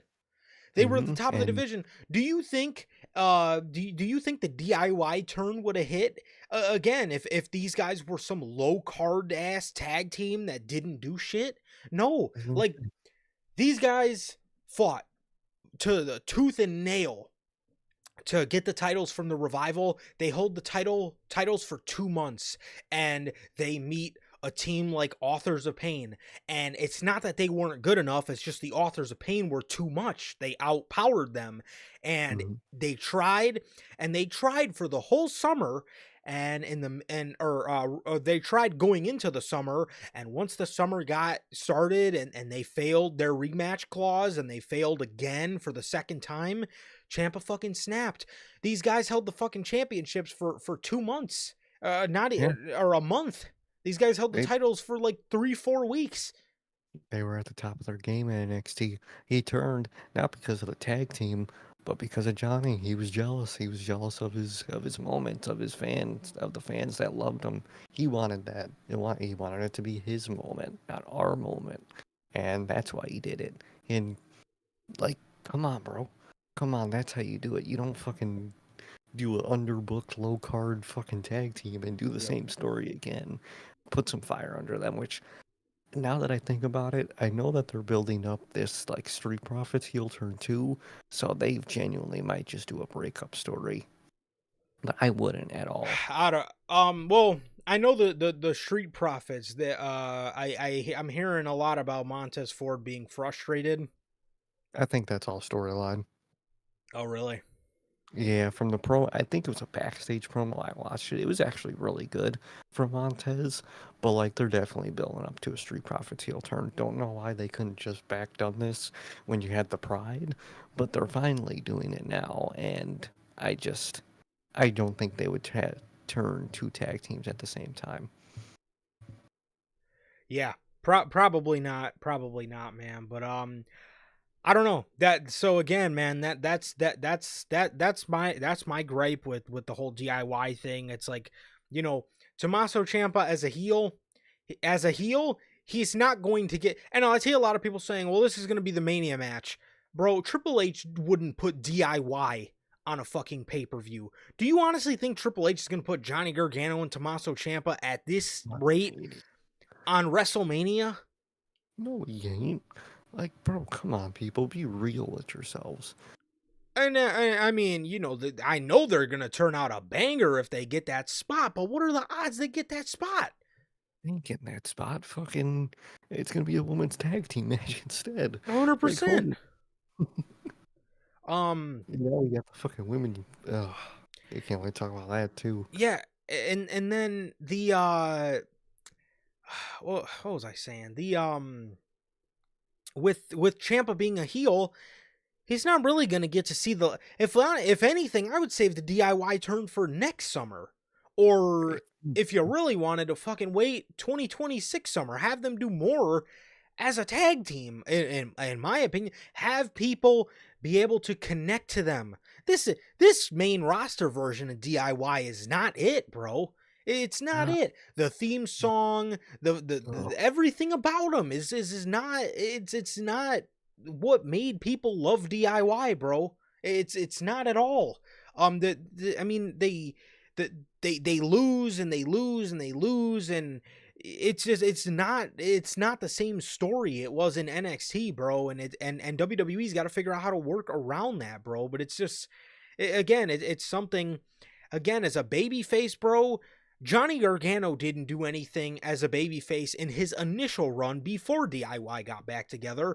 And Tommaso Ciampa as a heel, again, if they want to make him a heel, he's not going to get to see the light of day until after Mania, if that. literally, like, so what are you trying to do here, bro? So, I don't know. It's something that definitely scares me. It's definitely something that scares me, man, but I don't know. We'll have to wait and see where it goes, and I'll have to wait and see where it goes, and I really hope for the best, man. But again, you're not going to be able to pull this off and make these guys, you know, as big a stars as they were coming out of DIY, because DIY is not as big as it was. You've never portrayed them as the big act as you did in NXT. They were the focal point of the NXT tag division for a long time. Even when they weren't champions, you know, and on SmackDown, you know, you didn't even attempt to make them stars. You've done virtually nothing with them. Literally, man. So, another bad piece of news on SmackDown. Nick Aldis has announced, as you can see on your screen, the first ever women's mid-card championship. The Women's United States Championship, as you see on your very screen, it is official.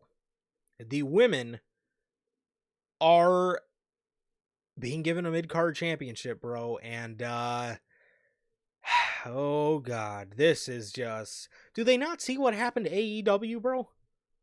Like, do they not? Like, it's not a good idea. Especially with the women's tag titles you have now. You don't got the time for this shit. On No. paper, if you do fucking ammo 6 matches of pay-per-view, you don't got time for this. You don't. You don't. I don't know where this is going to fit in, and I don't know who thought this was going to be idea, but with the rumors going around of Netflix wanting a mid-card women's championship, I can almost guarantee you the next time we get our white Intercontinental Championship, Mm-hmm. it's gonna be that one on Netflix, bro, and it's gonna be the one, and that's the thing, and I've said that for a long time. Titles, you gotta trade them. You gotta get. Yes, Mm-hmm. if you want a women's mid-card title, those tag titles need to go. Those tag titles absolutely need to go. That could be another reason too. SmackDown moving to 3 hours as well as Raw, but I don't understand why we can't just make... I mean, we already have a lot of titles as it is, and I don't want it to get to the point, bro, where everybody has a fucking championship, man. I really don't want it to get to that point. I like things feeling prestigious instead of... the women can have mid-card feuds and the winner of said feud can just go on to face the champion, bro. I don't know why there has to be titles involved, and these titles are going to mean nothing, bro. These titles are going to mean nothing, and I mean, again, look at what the fuck happened to AEW, bro. You got all these titles and everybody's got a belt, and none of them fucking mean anything, bro. And that's exactly what's going to happen here with this women's mid-card championship, man. So, I mean, obviously it's got a nice look. The US title looks nice on a white strap.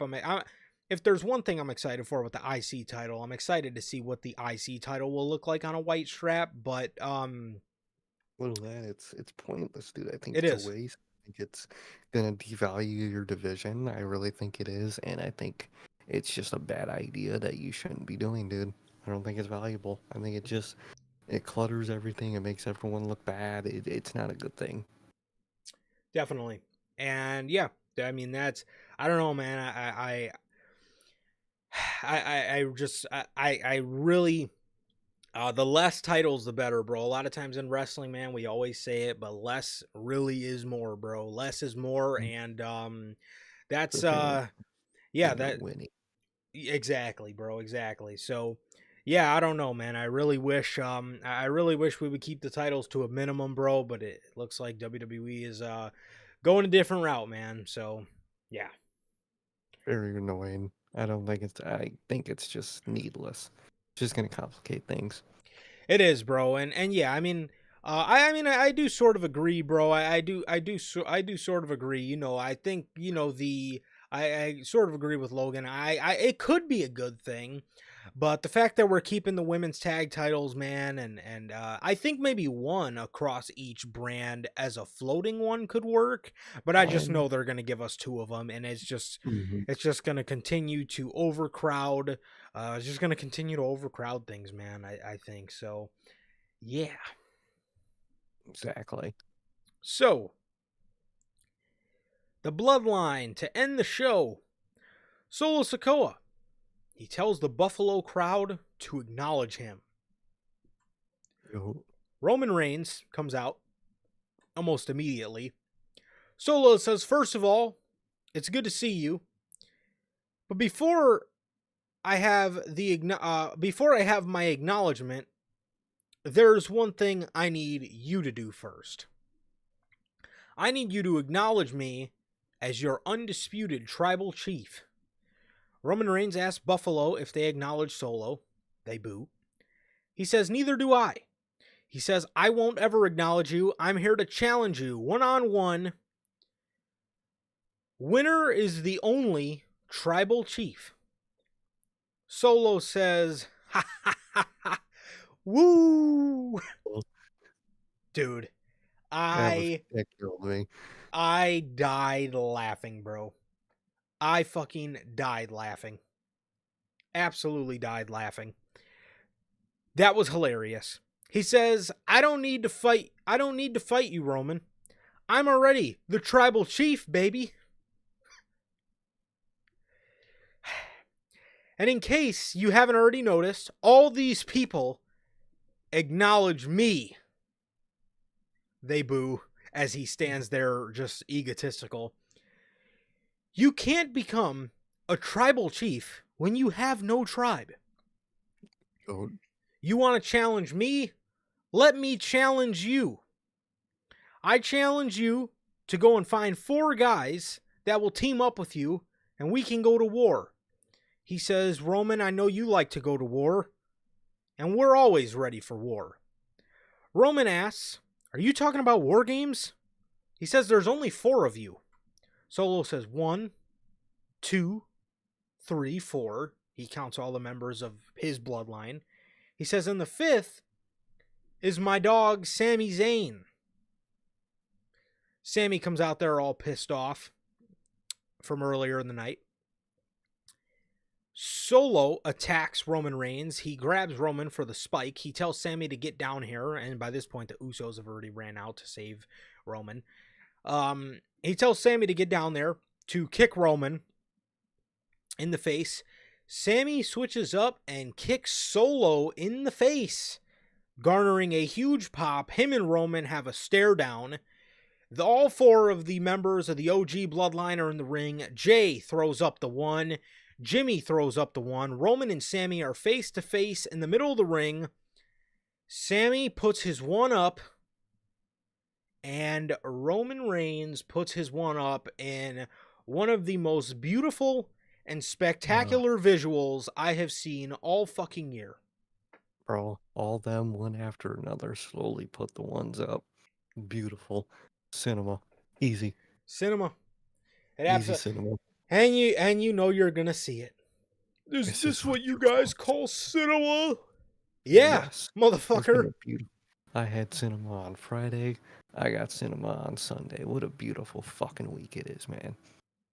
Dude, yes. This is exactly what we call cinema. I don't know what these people call cinema. I do know what they call cinema. Matches, fucking their Reddit accounts, bunch of different shit they call cinema, bro. This shot to close was absolutely, I'm not gonna lie to you guys. You guys know I'm honest, bro. You guys also know I keep my heart on my sleeve.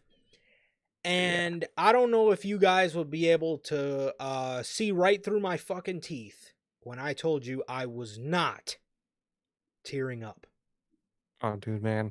I was most definitely sweating from my eyes at the end of that fucking moment, man. You got to. Yeah. How do you not? I definitely... my eyes. Yes, I definitely was not tearing up a little bit because holy shit. So, it was amazing. I loved it. And wow, what a visual this was. Mm-hmm. So let's talk about a little bit of the problems with this. Yeah. At this point, it is November the 8th. We still have 3 episodes of SmackDown. Yes, we have 3 episodes of SmackDown until Survivor Series at this point. 2. Well, now 2, but you know what I mean. No, now it's 3. We got the 15th, the 22nd, and the 29th. So damn. we still have 3 episodes. That's what I'm saying, bro. We still have 3 episodes of SmackDown left. And I put it in the thumbnail, bro. The OG Bloodline is back, but was it too soon? I honestly think it was. And again, Yeah. this one of the moments of the year. I mean, legitimately, like no matter what happens surrounding this, that closing shot and the moment of them standing all side by side, I love the moment, but I still do Mhm. have my criticism with it. Solo says in here in his promo, he contradicts himself. I don't know if he's been watching a little Adam Cole and MJF, but he laughs at Roman, right? He laughs and he tells Roman, I'm already the tribal chief. Why do I need to challenge you? Why do I need to fight you? And then a couple sentences later, he says, you want to challenge me? Let me challenge you. And that challenge was instantly answered because he had all his backup come out. It's like, that'd been really nice to have if Sammy would have left the arena at the start of the show after that first segment and he wasn't there to help them. So he didn't find all the people he needed to find. So that's what this build is. He's gotta build his tribe back up, man. You could have done it a little more longer. Also, there was a backstage segment with Roman and Jay where Roman is talking to Jay like shit. Jay should have As left right with Sammy. I was gonna say, I would have had all of them except maybe Jimmy not leave, but I might have even had Jimmy leave too because right after Jay left, Yes. Jimmy was like, "Hey, bro, like, what the fuck are you doing?" And he starts, "Oh, you questioning me? Yeah, motherfucker, I'm questioning Yes. you. I'm like, he should have been either alone or only Jimmy that night." Roman needs to be humbled. I don't understand why these guys are babying him.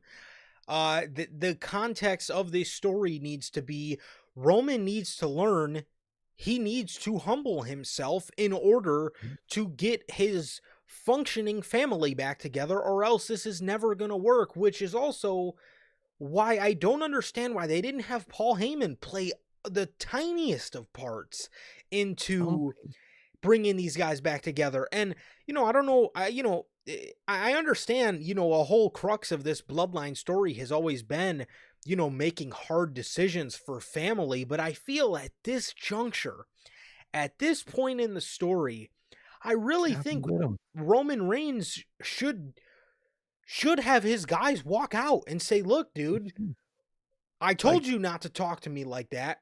You're sitting here.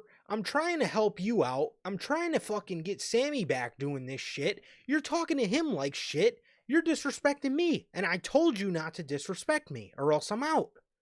you're equal now, bro. I'm not. It's not. Yeah, you might be the tribal chief. You might try to want to win that, but that's not how it works. We're not your fucking lap dogs. We're not your fucking junkyard dogs to fucking send out to people, you know? Like, we're equals, and Roman hasn't learned that yet. Let him learn it through this build to Survivor Series. Yes, I 100% don't know why Jay told him.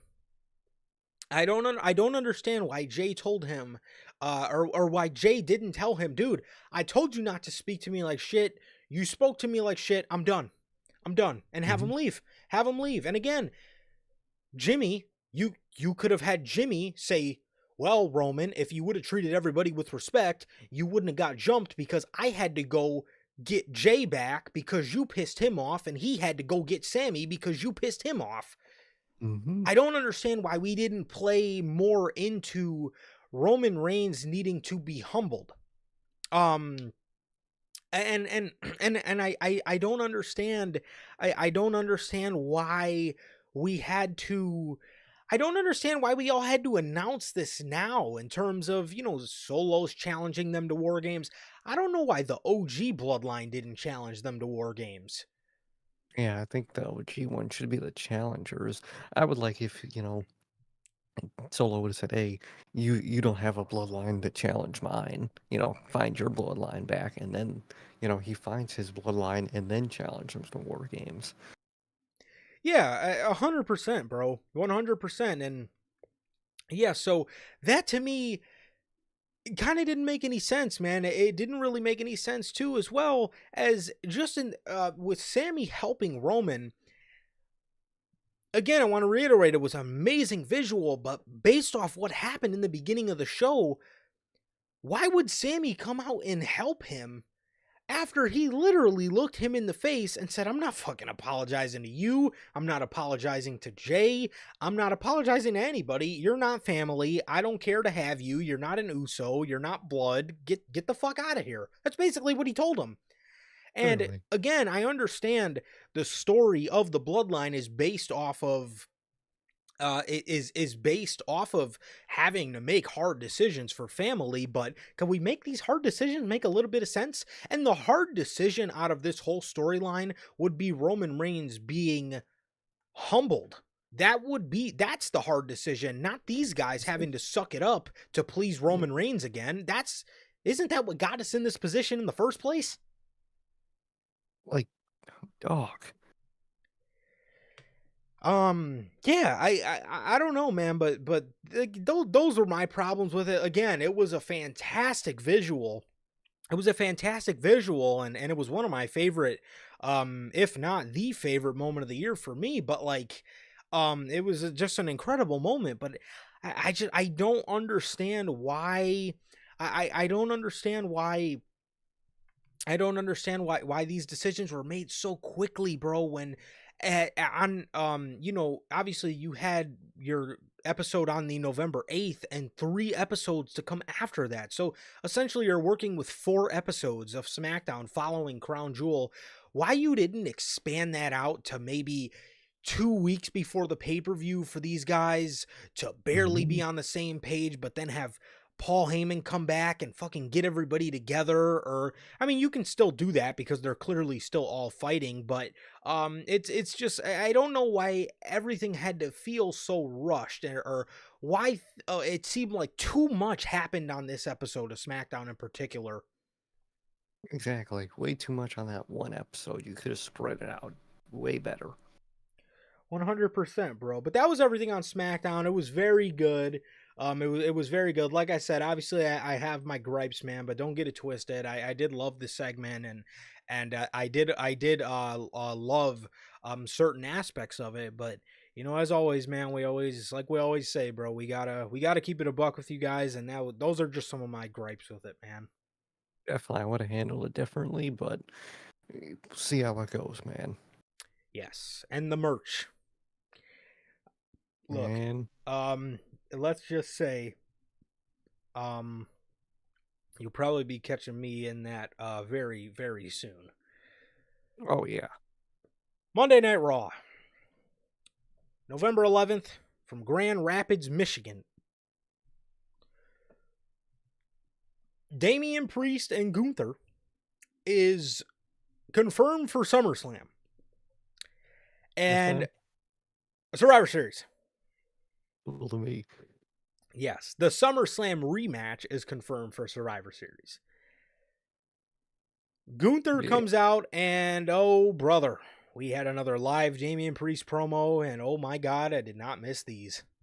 Oh, man. Whew. This just like, stop trying too hard, bro. Dude. You're good. Stop trying. Gunther's out there. We get a different Gunther. This time, he's very timid. He's very...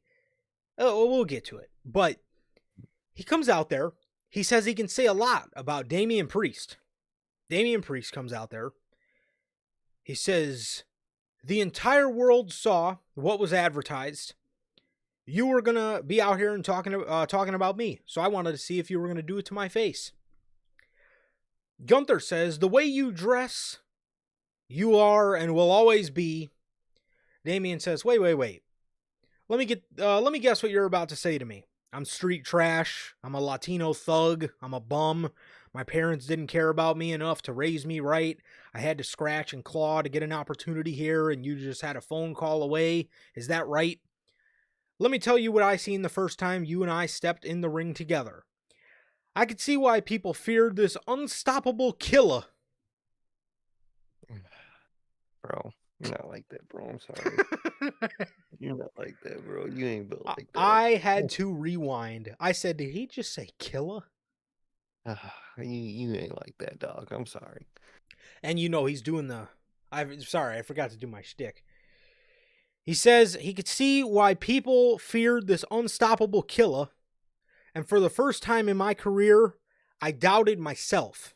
And it sucks to admit the truth, but if it wasn't for my brother costing me the title, that title would not be around your waist. And the wildest thing is, after you won the title at SummerSlam, the vibe of yours started to fade. And because you started doubting yourself, and it's because you started doubting yourself, and it faded even more when you were in Saudi because you got pinned by Cody Rhodes. You can't even talk right now because you're so full of doubt. You want to know how I know this unbeatable killer is dead? Because you would have taken a swing at me by now. Come on, these people don't want to wait till Survivor Series. Take your shot. Stop, bro. You won't take your shot. I know you won't, because if you did, I would drop your ass right here. Just had what I like to. Please, just shut him up. What the fuck was that, dog? Survivor Series? Survivor Series. Bro, I've heard you say Survivor Series. Survivor. Like, bro, when you say survive, like, bro, you're emo. Since when is he hood? Like, bro, the whole thing, your whole shtick is that you're emo. You're not like that, bro. I'm sorry. Oh, man, that is really bad. Please never do that again. I hope he gets told backstage, hey, never do that again. Please. You're telling me you didn't know Gunther was an unbeatable killer? I didn't know they were going to face that Survivor Series either. Yeah, and Survivor Series. It'll be there. Like, bro, let Jacob Fatu cut that type of shit, bro. Don't try that shit. I'm sorry. Bro, Jacob Fatu doing interviews with MLW, drinking a fucking bottle of Hennessy with a pack of Newports is the wildest shit I've ever seen. I love that man so fucking much. I saw him one interview. He's talking about how fucking, his past, and he was, a criminal at one point. And he was like, man, I was really bad at being a thug. I'm glad wrestling worked out for me. Oh, dude. I was like, come on, I bro. love it.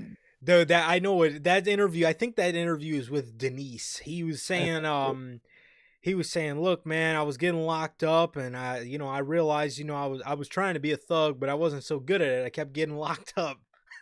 Damn. Like, bro, like, Priest, I'm sorry. You're emo. You ain't like this, bro. Please, I'm begging you, stop. Look, man, he just wanted him to take yo shot. Take yo shot, because if you did, I would drop yo ass right here. Ludwig comes out here. Meanwhile, Gunther the whole time is trying to get words out, and he can't say anything. He's like too scared. Ludwig comes out there to defend Gunther, and Gunther covers his mic. And he tells him to stop. Ludwig tells Gunther he's not going to stop, and he's not going to let Priest talk to him like that.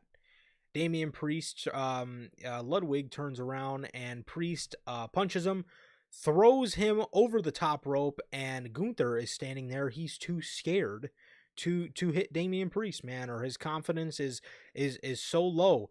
It's interesting to see where they're going with this Gunther character and what exactly this means, man. I mean, is he going to continue to be like this, or are things going to go back to normal for him after Survivor Series? I'm very interested to see what happens here, man. And I really am. I am. I'm very interested. I like the idea of the story that, he finally got beat, that, he, to the point where, he's kind of just lost a little confidence, is a little unsure about himself, but I think I would have rather had them do this after like one or two more, spirit out losses instead of just this Cody one. I would have liked if, maybe down the line after another one, and then maybe another one close after that one, that's when he's finally like, damn, like, thinking about himself like that. I think it might be a little too soon for me to do this story, but I'm intrigued by it nonetheless. Definitely. Definitely, bro. Dakota Kai returns in the Nice. back before her match with Damage Control versus Pure Fusion Collective. She returns, says she's here to get revenge on PFC for what they did to her, obviously injuring her, putting her out. So yeah, we go to commercial. They come back. Kofi Kingston confronts Pete Dunne over trying to beef with R-Truth. Woods tries telling Kofi to stay out of it and get out of his business and stay out of Truth's business. Pete says, he says to Kofi, does he talk for you now? Kofi then silences Woods. He tells him to stop talking. He tells him, no, he doesn't talk for me. And as a matter of fact, we can settle this in the ring tonight. Him and Woods Woods walks away, throwing his hands in the air like Kofi's some sort of fucking idiot or something. So, very interesting, man, and I really can't wait for them to announce whenever this New Day celebration episode is, because that is going to be cinema. I was gonna say it's gonna be very interesting because the way I feel like they might be doing it now is that they're gonna damn near break up these two. You know, Kofi and Xavier are damn near like done with each other, and then the celebration episode gets announced, so they kind of have to like grit their teeth Coexist. about it. Yeah, okay. And that literally the only time where that's actually interesting. Yeah. Crazy enough, they're Can they making the coexist? can they coexist thing actually interesting, and I'd really like to see them try something like that for that celebration episode where they're already at the point where it's like tensions are Yeah. all-time high, and they gotta basically grit their teeth through this episode, and we'll see how it ends, man. But very Yeah. interesting build to And this. I like yeah, and I see what you're saying, because even tonight, you know, it. I don't, I don't I see what you're I think I don't think, obviously I don't think they're gonna fully break them up and then do the No. thing. They're Oh, going, like, because now you notice all their stuff, all their arguments happen backstage. Now we're seeing it bleed out onto in the front of the mat. live audience. So And this is like really the time where Kofi is mad back. Kofi had up to yes. this point was kind of more just happy and nonchalant about it, Hmm. but now Kofi's also mad back. So tensions are just at an all-time high, and when it hits that peak, we're gonna get the celebration episode, and that's very exciting. I like the way they're doing it. Could we see our New Day triple threat at WrestleMania 41? Maybe we finally get the triple threat, man. We either will get in the triple threat and they're all going to be going, against each other, odds at all-time high, or it's going to result in them getting stronger and going together and turning a new leaf, man. Either or, I'm down and excited. Definitely. Definitely, bro. So that was that. Damage Control defeated Pure Fusion Collection. I definitely did not miss seeing them on the No. screen. Shayna had Io and Akira Fuda clutch. Dakota Kai comes around, kicks Shayna in the face. Io hits the over the moonsault. That was that. Great to see Dakota back. Definitely, man. Naysayers, man. Gunther is not the one that went hood, man. It was Damian Priest went hood on us, bro. I don't know where he spent his weekend, but I don't know. I don't know what he did He over the weekend, but he came back and he's hood now. So that he's hood now. Damian Priest. he was gonna drop yo ass. Jay and Sammy are backstage. They're doing the handshake. Hey. They're doing the Bloodline handshake. Jay and Sammy are doing the handshake. Jimmy walks up. He asks Sammy, "What is your problem?" Now Jimmy just picking fucking fights for no reason. Sammy was not doing anything. Jay tells him, "Look, guys, we need to be on the same page, man. We need to get right." Sammy says, "Yeah. Hey, Jimmy, it's good to see you. You dress nice, man. I like your chain." Jimmy says, "Yeah, and you look, So War Games is 5 members. We need a 5th member." Bro. You the fifth man. That was one of my favorite Monday Night Raw moments, just ever when they were looking for their They for were the doing other it on, team's dude. fifth They were member. doing it on Raw, SmackDown, dude. When Jimmy went up to fucking Karrion Kross and asked him if he was the fifth member, that was. I gotta find that clip, dude. That was Like, so funny. what the fuck? They were. That was the best part, dude. They were going to the most random people. It just goes up to Cross, just, hey, They Oos, were going, are you the you fifth know, like member, Rey Mysterio, carrying Cross. Like, dude? bro, I think they went up to like Dominic at one point. Like, dude, why would any of these people be the other team's fifth member? What are Great you? stuff. Great. I missed. That was one of my favorite fucking builds. Part of that build. Yes. Sammy says, you know what? I think I might know someone. Um, I'm gonna get a hold of him and I'm gonna text you. Well, I'm gonna text Jay. And he walks away. Jay tells Jimmy, dude, you need to be nice to him, bro. What are you doing, man? So that was that until a little bit later Mhm. in the night. Pete Dunne defeated Kofi Kingston. Pete goes on the outside. Woods gets involved. Kofi gets on the outside. He's screaming at Woods.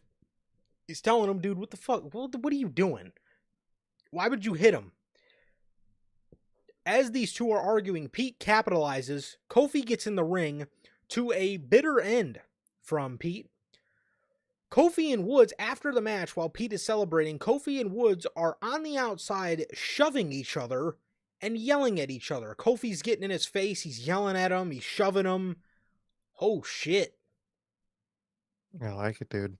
I like it. I like the tensions that they're rising, dude. Kofi's mad back. I love how Triple H seen the New Day and said, we got to do something here because this group has Mhm. been too stale for too fucking long. Way too long, too stagnant, too stale, Yes. two of the same, just the happy new day. I like how it's different. Tensions are rising. Both are just getting angry. Yeah. 100%. Very interesting. And then various shots in the night, you will see them in the back arguing with each other still. And then there was a couple of them where you could see Kofi by himself just pacing because he was so mad. But no, I love this, man. And I like that this is getting to a point where they tried keeping their problems behind closed doors and it's bleeding out onto television now because these two can't stay on the fucking same page to save their life. It's great, dude. It's really fucking great what they're doing here. Yes, Judgment Day. We get a Judgment Day backstage. Finn, he tells Dominic, I thought you were going to handle Damian Priest. Now he's getting a world title shot. Dominic, bro, this shocked me, man. Dominic gets in Finn Balor's face. He says, well, unlike you, I actually beat him. That means I got closer to the world title than you've been in a long time. Damn.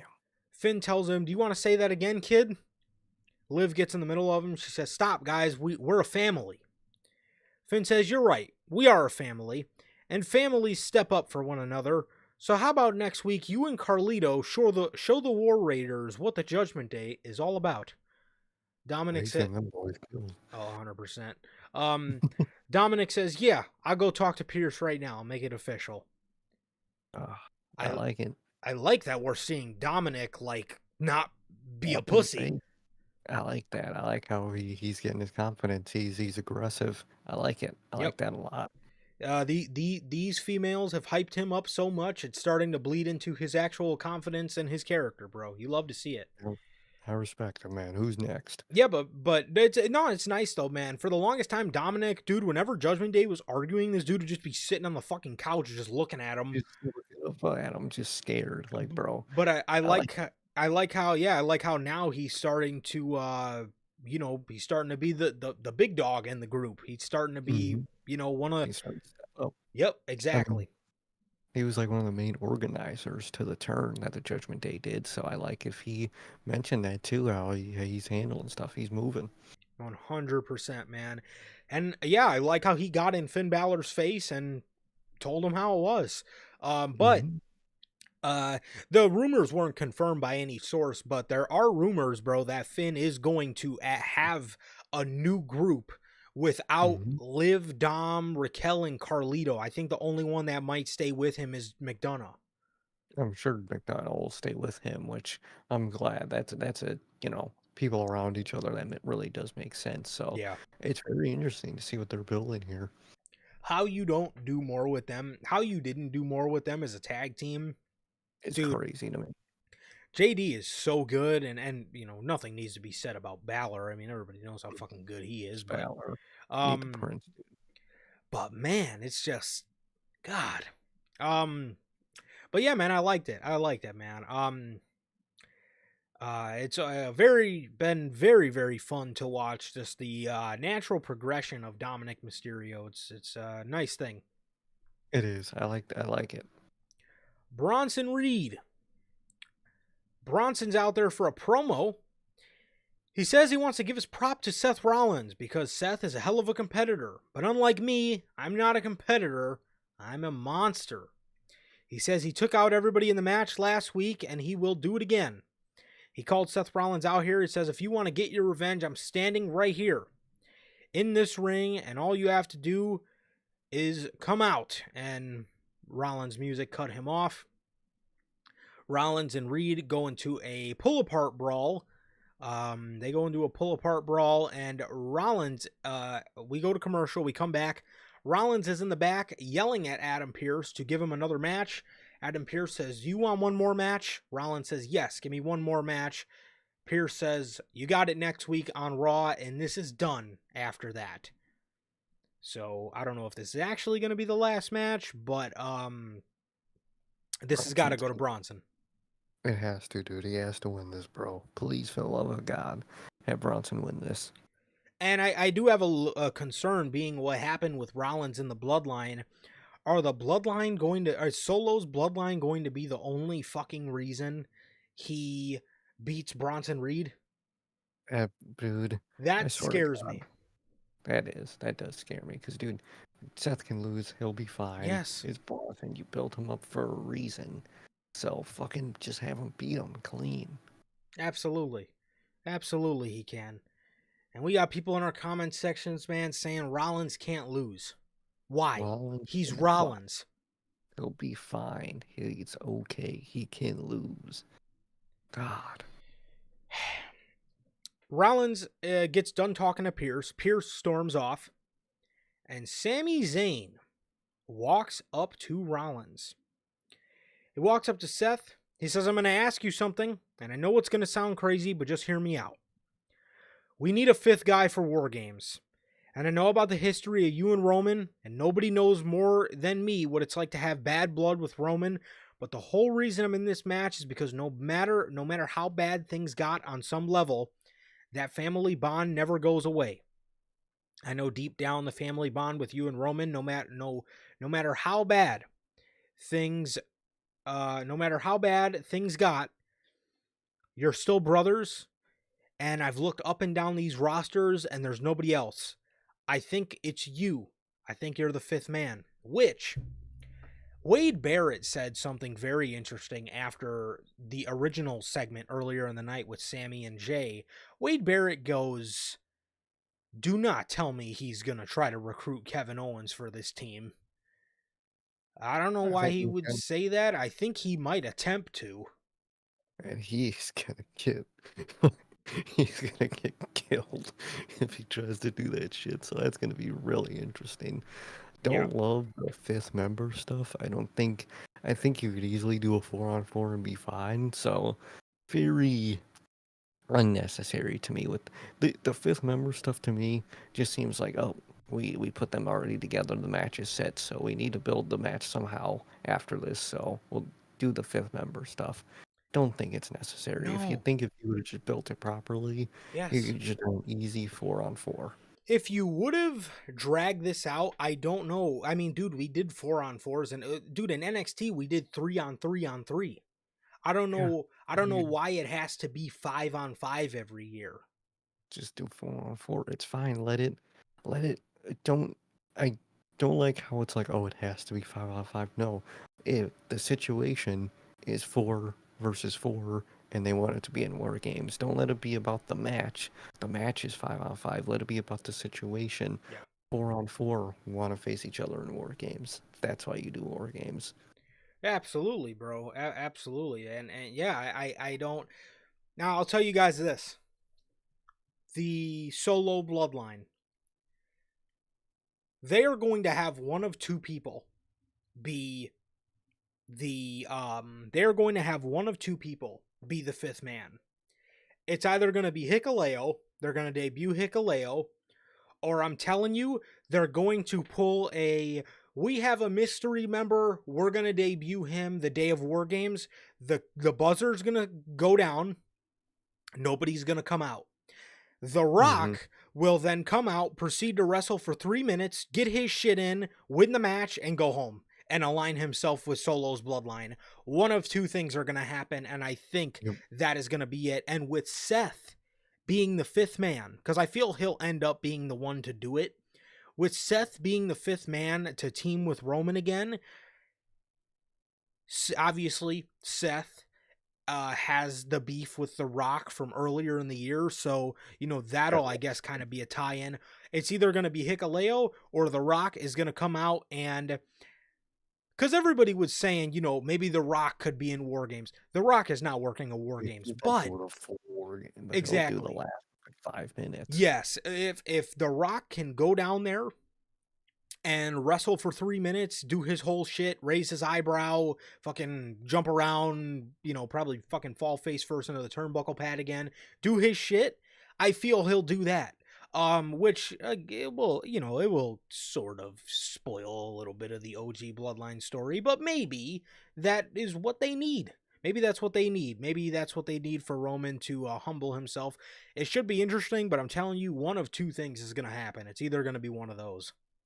Oh, 100%. That's the only two paths this is going. Most definitely. So, that was that. Or that's what I think. But Rollins, in response to Sammy, he says, Sammy, I think you're out of your damn mind. After everything I lost, everything I sacrificed to take that tyrant Roman Reigns out of power, to tear him down, and now you want me to team with you guys to help build him back up? Now, I know better. I know better than anyone who the real Roman Reigns is. I know better than anyone who the real Roman Reigns is. I'm shocked that anybody would stand next to him, especially after everything he put you through. You gotta be blind not to see that he's using you again. So thank you, Sammy. I appreciate you, but the answer is no. Interesting. Very interesting to see how this is going. Yes, for sure. Mm-hmm. For sure, man. Priest defeated Ludwig Kaiser with a South of Heaven. Gunther comes out to the stage to help him, but then he turns right around. He pulls a Randy Orton in 2018 when bro was just fucking walking out there and just fucking leaving. I missed that shit. This shit was hilarious. Yeah. So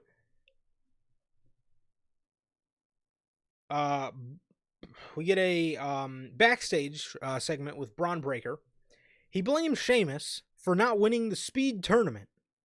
He said he's at a point in his career where he wants to decorate his trophy case. Sheamus walks in. He compares their arrogance. He says that Braun reminds him a lot of him when he first came into the door in WWE and put his foot on John Cena's chest. He says from when they both started in WWE, he challenges him to a match for the IC title for next week. Braun is staring off into the distance, and he says, oh man, I was not listening to a word you just said. He says, but if you do want a title shot for next week, you can have it, because I would love nothing more than to beat your old ass. Sheamus says, well, my old ass is still going, and is better than ever. He told him to shine his title up real nice, because next week he's taking it home, fella. Jimmy Uso then walks in after Sheamus walks away, and he says, "Hey, Braun, you got a second?" Braun says, "Yeah, I got a second." And it goes to commercial. We never heard anything about this again. Now, if you guys remember, Roman Reigns gave Paul Heyman permission to go and help Braun Breaker for Title Tuesday last year when they went Hmm. up against AEW. So there's a little bit of a bloodline tie with Braun Breaker, man. He's like the honorary Oos. He is, dude. And that would be, I mean, it's smart from, Jay. That's a good fucking guy to have. I mean, it's pretty tough. Imagine, too, we get a face off between Braun and Jacob Fatu. That's fire alone. Braun and But Reigns. that's heat, dude. That's heat. And I do like the tactic from Jay. I mean, hey, BJ. I mean, who else to get someone to join you than the guy that beat you? I like the tactic. Yeah, man. So it's gonna be interesting to see. It's gonna be interesting to see what happens, bro. It's gonna be interesting to see what happens. But I wonder how Jay will react to that. I wonder if he's going to look at it as Jimmy double crossing him. Did he tell Jay he was gonna do this Exactly. before? That's So the it's thing. it's very interesting, bro. It's very interesting to see because we seen spots we seen spots in the back of other segments with Jay was talking to Rey Mysterio, trying to get Rey to Hmm. be the fifth man, I guess. And he was talking to somebody else. I can't remember who it was, but he was talking to somebody else. The New Day. He was talking to the New Oh, Day. And Kofi was talking. fucking sitting on the floor, probably defeated. So yeah, that was that, and yeah, I'm interested to see where that goes, bro. So especially too, another reason I feel I don't know why they had to kind of rush this whole segment with the Bloodline uh on Friday is because these guys are on Raw too. I really don't know why you couldn't have stretched this out for as long as you possibly can. I really didn't get much of that, man. But yeah, I mean, again, these guys are on Raw and they're on SmackDown, bro. So I really don't understand why exactly this had to be stretched out for, or I don't know why this couldn't have been stretched out for any longer. Um, Looks like Sir K's out on his end. But yeah, I don't know, man. I don't know why it had to be put together all so quickly, bro. But mm,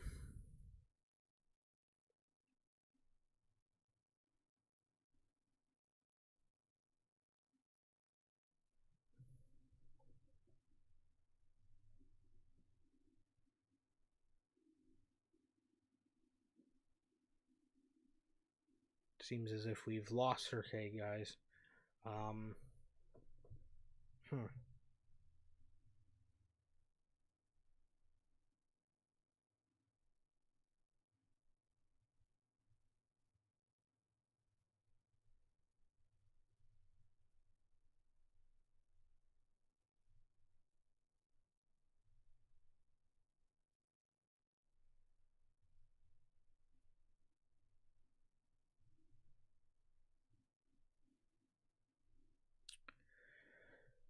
Oh wow.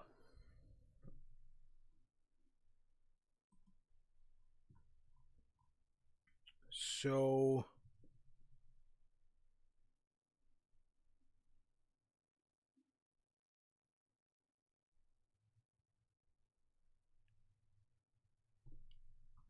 there he is. Oh, Goddamn. all right. Well, this is interesting. Hmm. Hmm. I am seeing, spoiler alert, Oh, shit. I am seeing the expected fifth members for the men's War Games team is, and again, major spoilers, but I'm seeing the expected members for each War Games team on the new Bloodlines team. It's going, or on the OG Bloodlines team, it's going to be Rollins. And the new Bloodlines team, it looks like it's going to be Bronson Reed. Hmm. Oh, I like that. Okay. I can do with that. Bronson in the cage sounds great too. I don't know who wants to be on the receiving end of a tsunami off the top of that motherfucker, but I wouldn't want to be Dude, me. Bronson Reed and Fatu on the same team. Holy Yeah, that's fuck. gonna be pretty Those tough, guys are bro. gonna die. Like, I actually like that. I like how it integrates Seth's feud in it. I like that actually. Interesting. It's Int- very interesting. yeah, that is very interesting. Yeah, I don't know why we couldn't have just done 4-on-4. Yeah, I would have just done 4-on-4, but these are gonna be the fifth members. I can deal with it, even though I really would have just liked the visual, those 4-on-4 versus each other in that ring. For sure, for sure. Yeah, I kind of wanted this to be about the OG Bloodline, not the OG Bloodline and Seth Rollins. Um, Friends, but yeah, I don't know why we couldn't. I don't know why we couldn't have just done Rollins and Bronson on the undercard with as to end their trilogy, and then Rollins and then just leave the shit to strictly Bloodline. I think that for sure that's a little extra for sure. I well, think that's a little extra, man. I don't think they had to do all that, to be honest. That's no. interesting. Yeah, I think it's kind of killing the vibe a little, but those fifth members aren't bad members. Yeah, yeah. That's interesting. That is Mm-hmm. very interesting, man. Yeah, I don't know why they couldn't have just kept that story focused and not. Just Hmm. let Yeah, that fuck out for. yeah. Mm-hmm. I mean, don't get me wrong. I think Bronson in the cage is going to be nice, but another thing too. I don't know if Rollins is a guy I would necessarily want to put in a War Games match. Um, No, not at this point. And yeah, why are both of these guys getting involved? Why do they really care to get involved? yeah. Don't. Uh, I mean, hmm. I'm sure we realize how probably next week's match between those two is gonna end, but why would they want Right. to finish it in War Games? I don't Yeah. get that. Well, the OG or the solo bloodline is definitely going to help Bronson, and then Bronson is going to be cool with them. A Bronson Mm, and Fatu face off is going to be pretty nice. Also, a Bronson and Tongaloa face off is going to be pretty hard. But yeah, I don't know. I don't know. I mean, that's perfect for the undercard. I don't know why they wouldn't have just done that. and on the undercard to do the 4-on-4, it would have been perfect, man. I don't think the 5-on-5 is necessary. Definitely. Um, Final Testament. They see the Miz walking backstage. Karrion Kross says, "Miz, you're alive." Miz says, "I'm going to ask for a leave of absence. I'm done." Kross says, "You're going to ask for," Kross says, "No, you're not done because you've given me nothing. No information. Where are the Wyatts?" He starts fucking screaming in the Miz's face. Miz says, "I settled this thing with the Wyatts. I settled my business with them." He says, "This is bigger than us." He says he settled his business with the Wyatts. He apologized and he promised he would change his ways. He's a better man now. He says they both moved on and Kross needs to move on. Kross says, "What about Paul Ellering? You remember what they did to him? He's my family." He says, "You remember when I said I was going to break both of your legs?" He then has the Authors of Pain chase the Miz out to the ring. They grab the Miz and they're screaming. Kross is screaming at him, "Where are the Wyatts?" The lights go out. We get a Wyatt 6 face off where you have Everyone yeah, maskless except for the fucking one guy. yep, you have four human beings and one Supernatural thing. yep, one what Heinz and Fuckenberg from Resident Evil. Um so the lights go out. These two or the Wyatts are on the apron. Like I said, four humans and one masked being.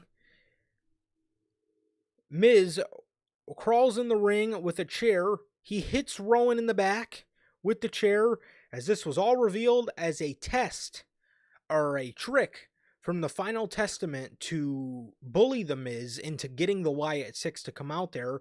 The Miz hits Rowan in the back with a chair. The Final Testament leave the Wyatt Six laying in a heap, and Karrion Kross and The Miz are hugging in the middle of the ring. Wow. It's a beautiful, beautiful segment here with these guys. Can you just say Karrion Kross and The Miz is fucking hilarious, but it's great? But the other side, dude, please. It's redundant at this point, but please take the fucking mask off the guy. Please. Yeah, you're not lying, dude. I don't know. I don't know what the problem is, dude. No, I don't get it. Me neither. I genuinely, man, I don't get what is taking so long, or what is not clicking, or why nobody has said, why do 4 of them have no mask but one of them does? It just doesn't make sense visually. I sound like I sound like a fucking a scratched vinyl, bro, a broken record, dude. But bro, like what? Like, dude, again, I don't know how you don't look at Bo and see anything in that. You just want the mask. I don't get it, man. And again, I say it ad nauseum, but it's the truth, bro. It's the fucking truth. I mean, what the fuck? What are we doing? Literally, I just don't understand what you're doing here. Why you don't see money, and the man just being himself. I don't get it, bro. But they're facing the Final Testament, and again, this is gonna be a nice, mini feud. But I'm gonna need for I'm gonna need for him to take the mask off first and foremost, and I'm gonna need for him to, I'm gonna need for him to start getting into, stuff. I'm gonna need him to stop. I'm gonna need this group to stop hanging around the lower card, bro. I'm gonna need, I need these guys to stop hanging around the lower card and start getting into shit that actually matters. Oh, dude, I need that to happen, dude. I need it to, like, it's funny. Miz, and Karrion Kross are fucking hilarious, but I need them do it. I need everybody in this circle to fucking evolve past this. Yeah.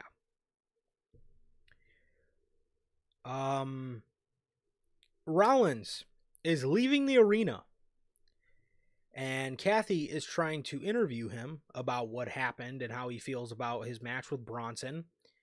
He says, hold on. He looks off into the distance and sees Solo standing in front of his Escalade, and Jacob Fatu is standing in the middle of a fucking parking lot at about 8:45 at night, just standing there praying to Solo Sikoa. Love it. Solo says, yo, Seth, my guy. I know you don't like Roman. I can't stand Roman. Why don't we be the ones to join forces and take them out? Seth laughs. This is the best part. Seth fucking laughs. Solo turns around as he's laughing. He looks at Jacob, who doesn't move a muscle, and he goes, ha ha ha, he likes that. That fucking killed me, bro. I fucking love him.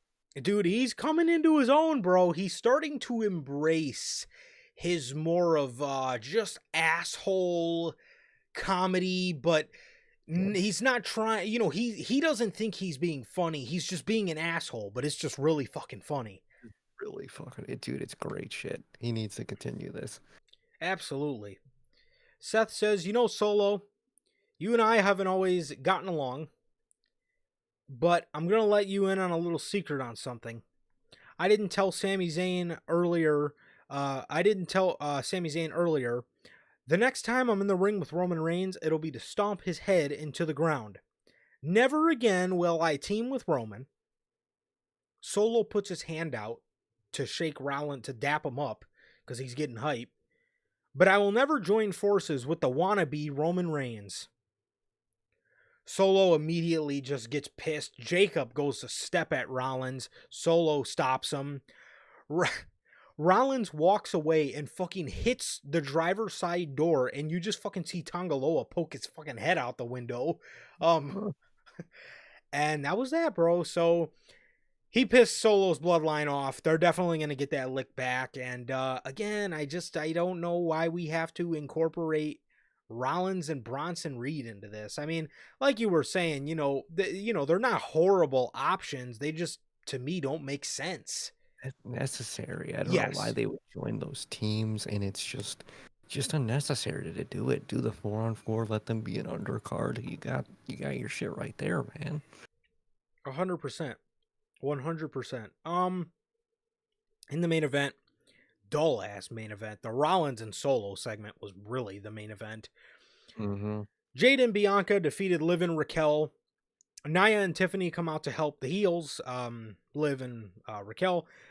Naomi comes out to save Jade and Bianca. And we get a kiss of death to Liv Morgan. And Bianca comes out and Bianca hits the KOD to Liv and pins the women's world champion. So I don't know how fucking brilliant that was. I'm seeing spoilers for next week, and it looks like we actually are getting a main roster women's war games. I don't want, yeah. Yeah, I mean, I don't want to spoil too much because we need some content to talk about next week. But True. I just don't know why they didn't do the NXT women. Well, spoiler, it's not the fucking NXT women; it's main roster women, and it's fuck. Yeah, yeah. I don't understand that, but KOD to Liv. Nia attacked the baby faces afterwards. EO came out for the save, so I'm sure you can see how this is shaping up.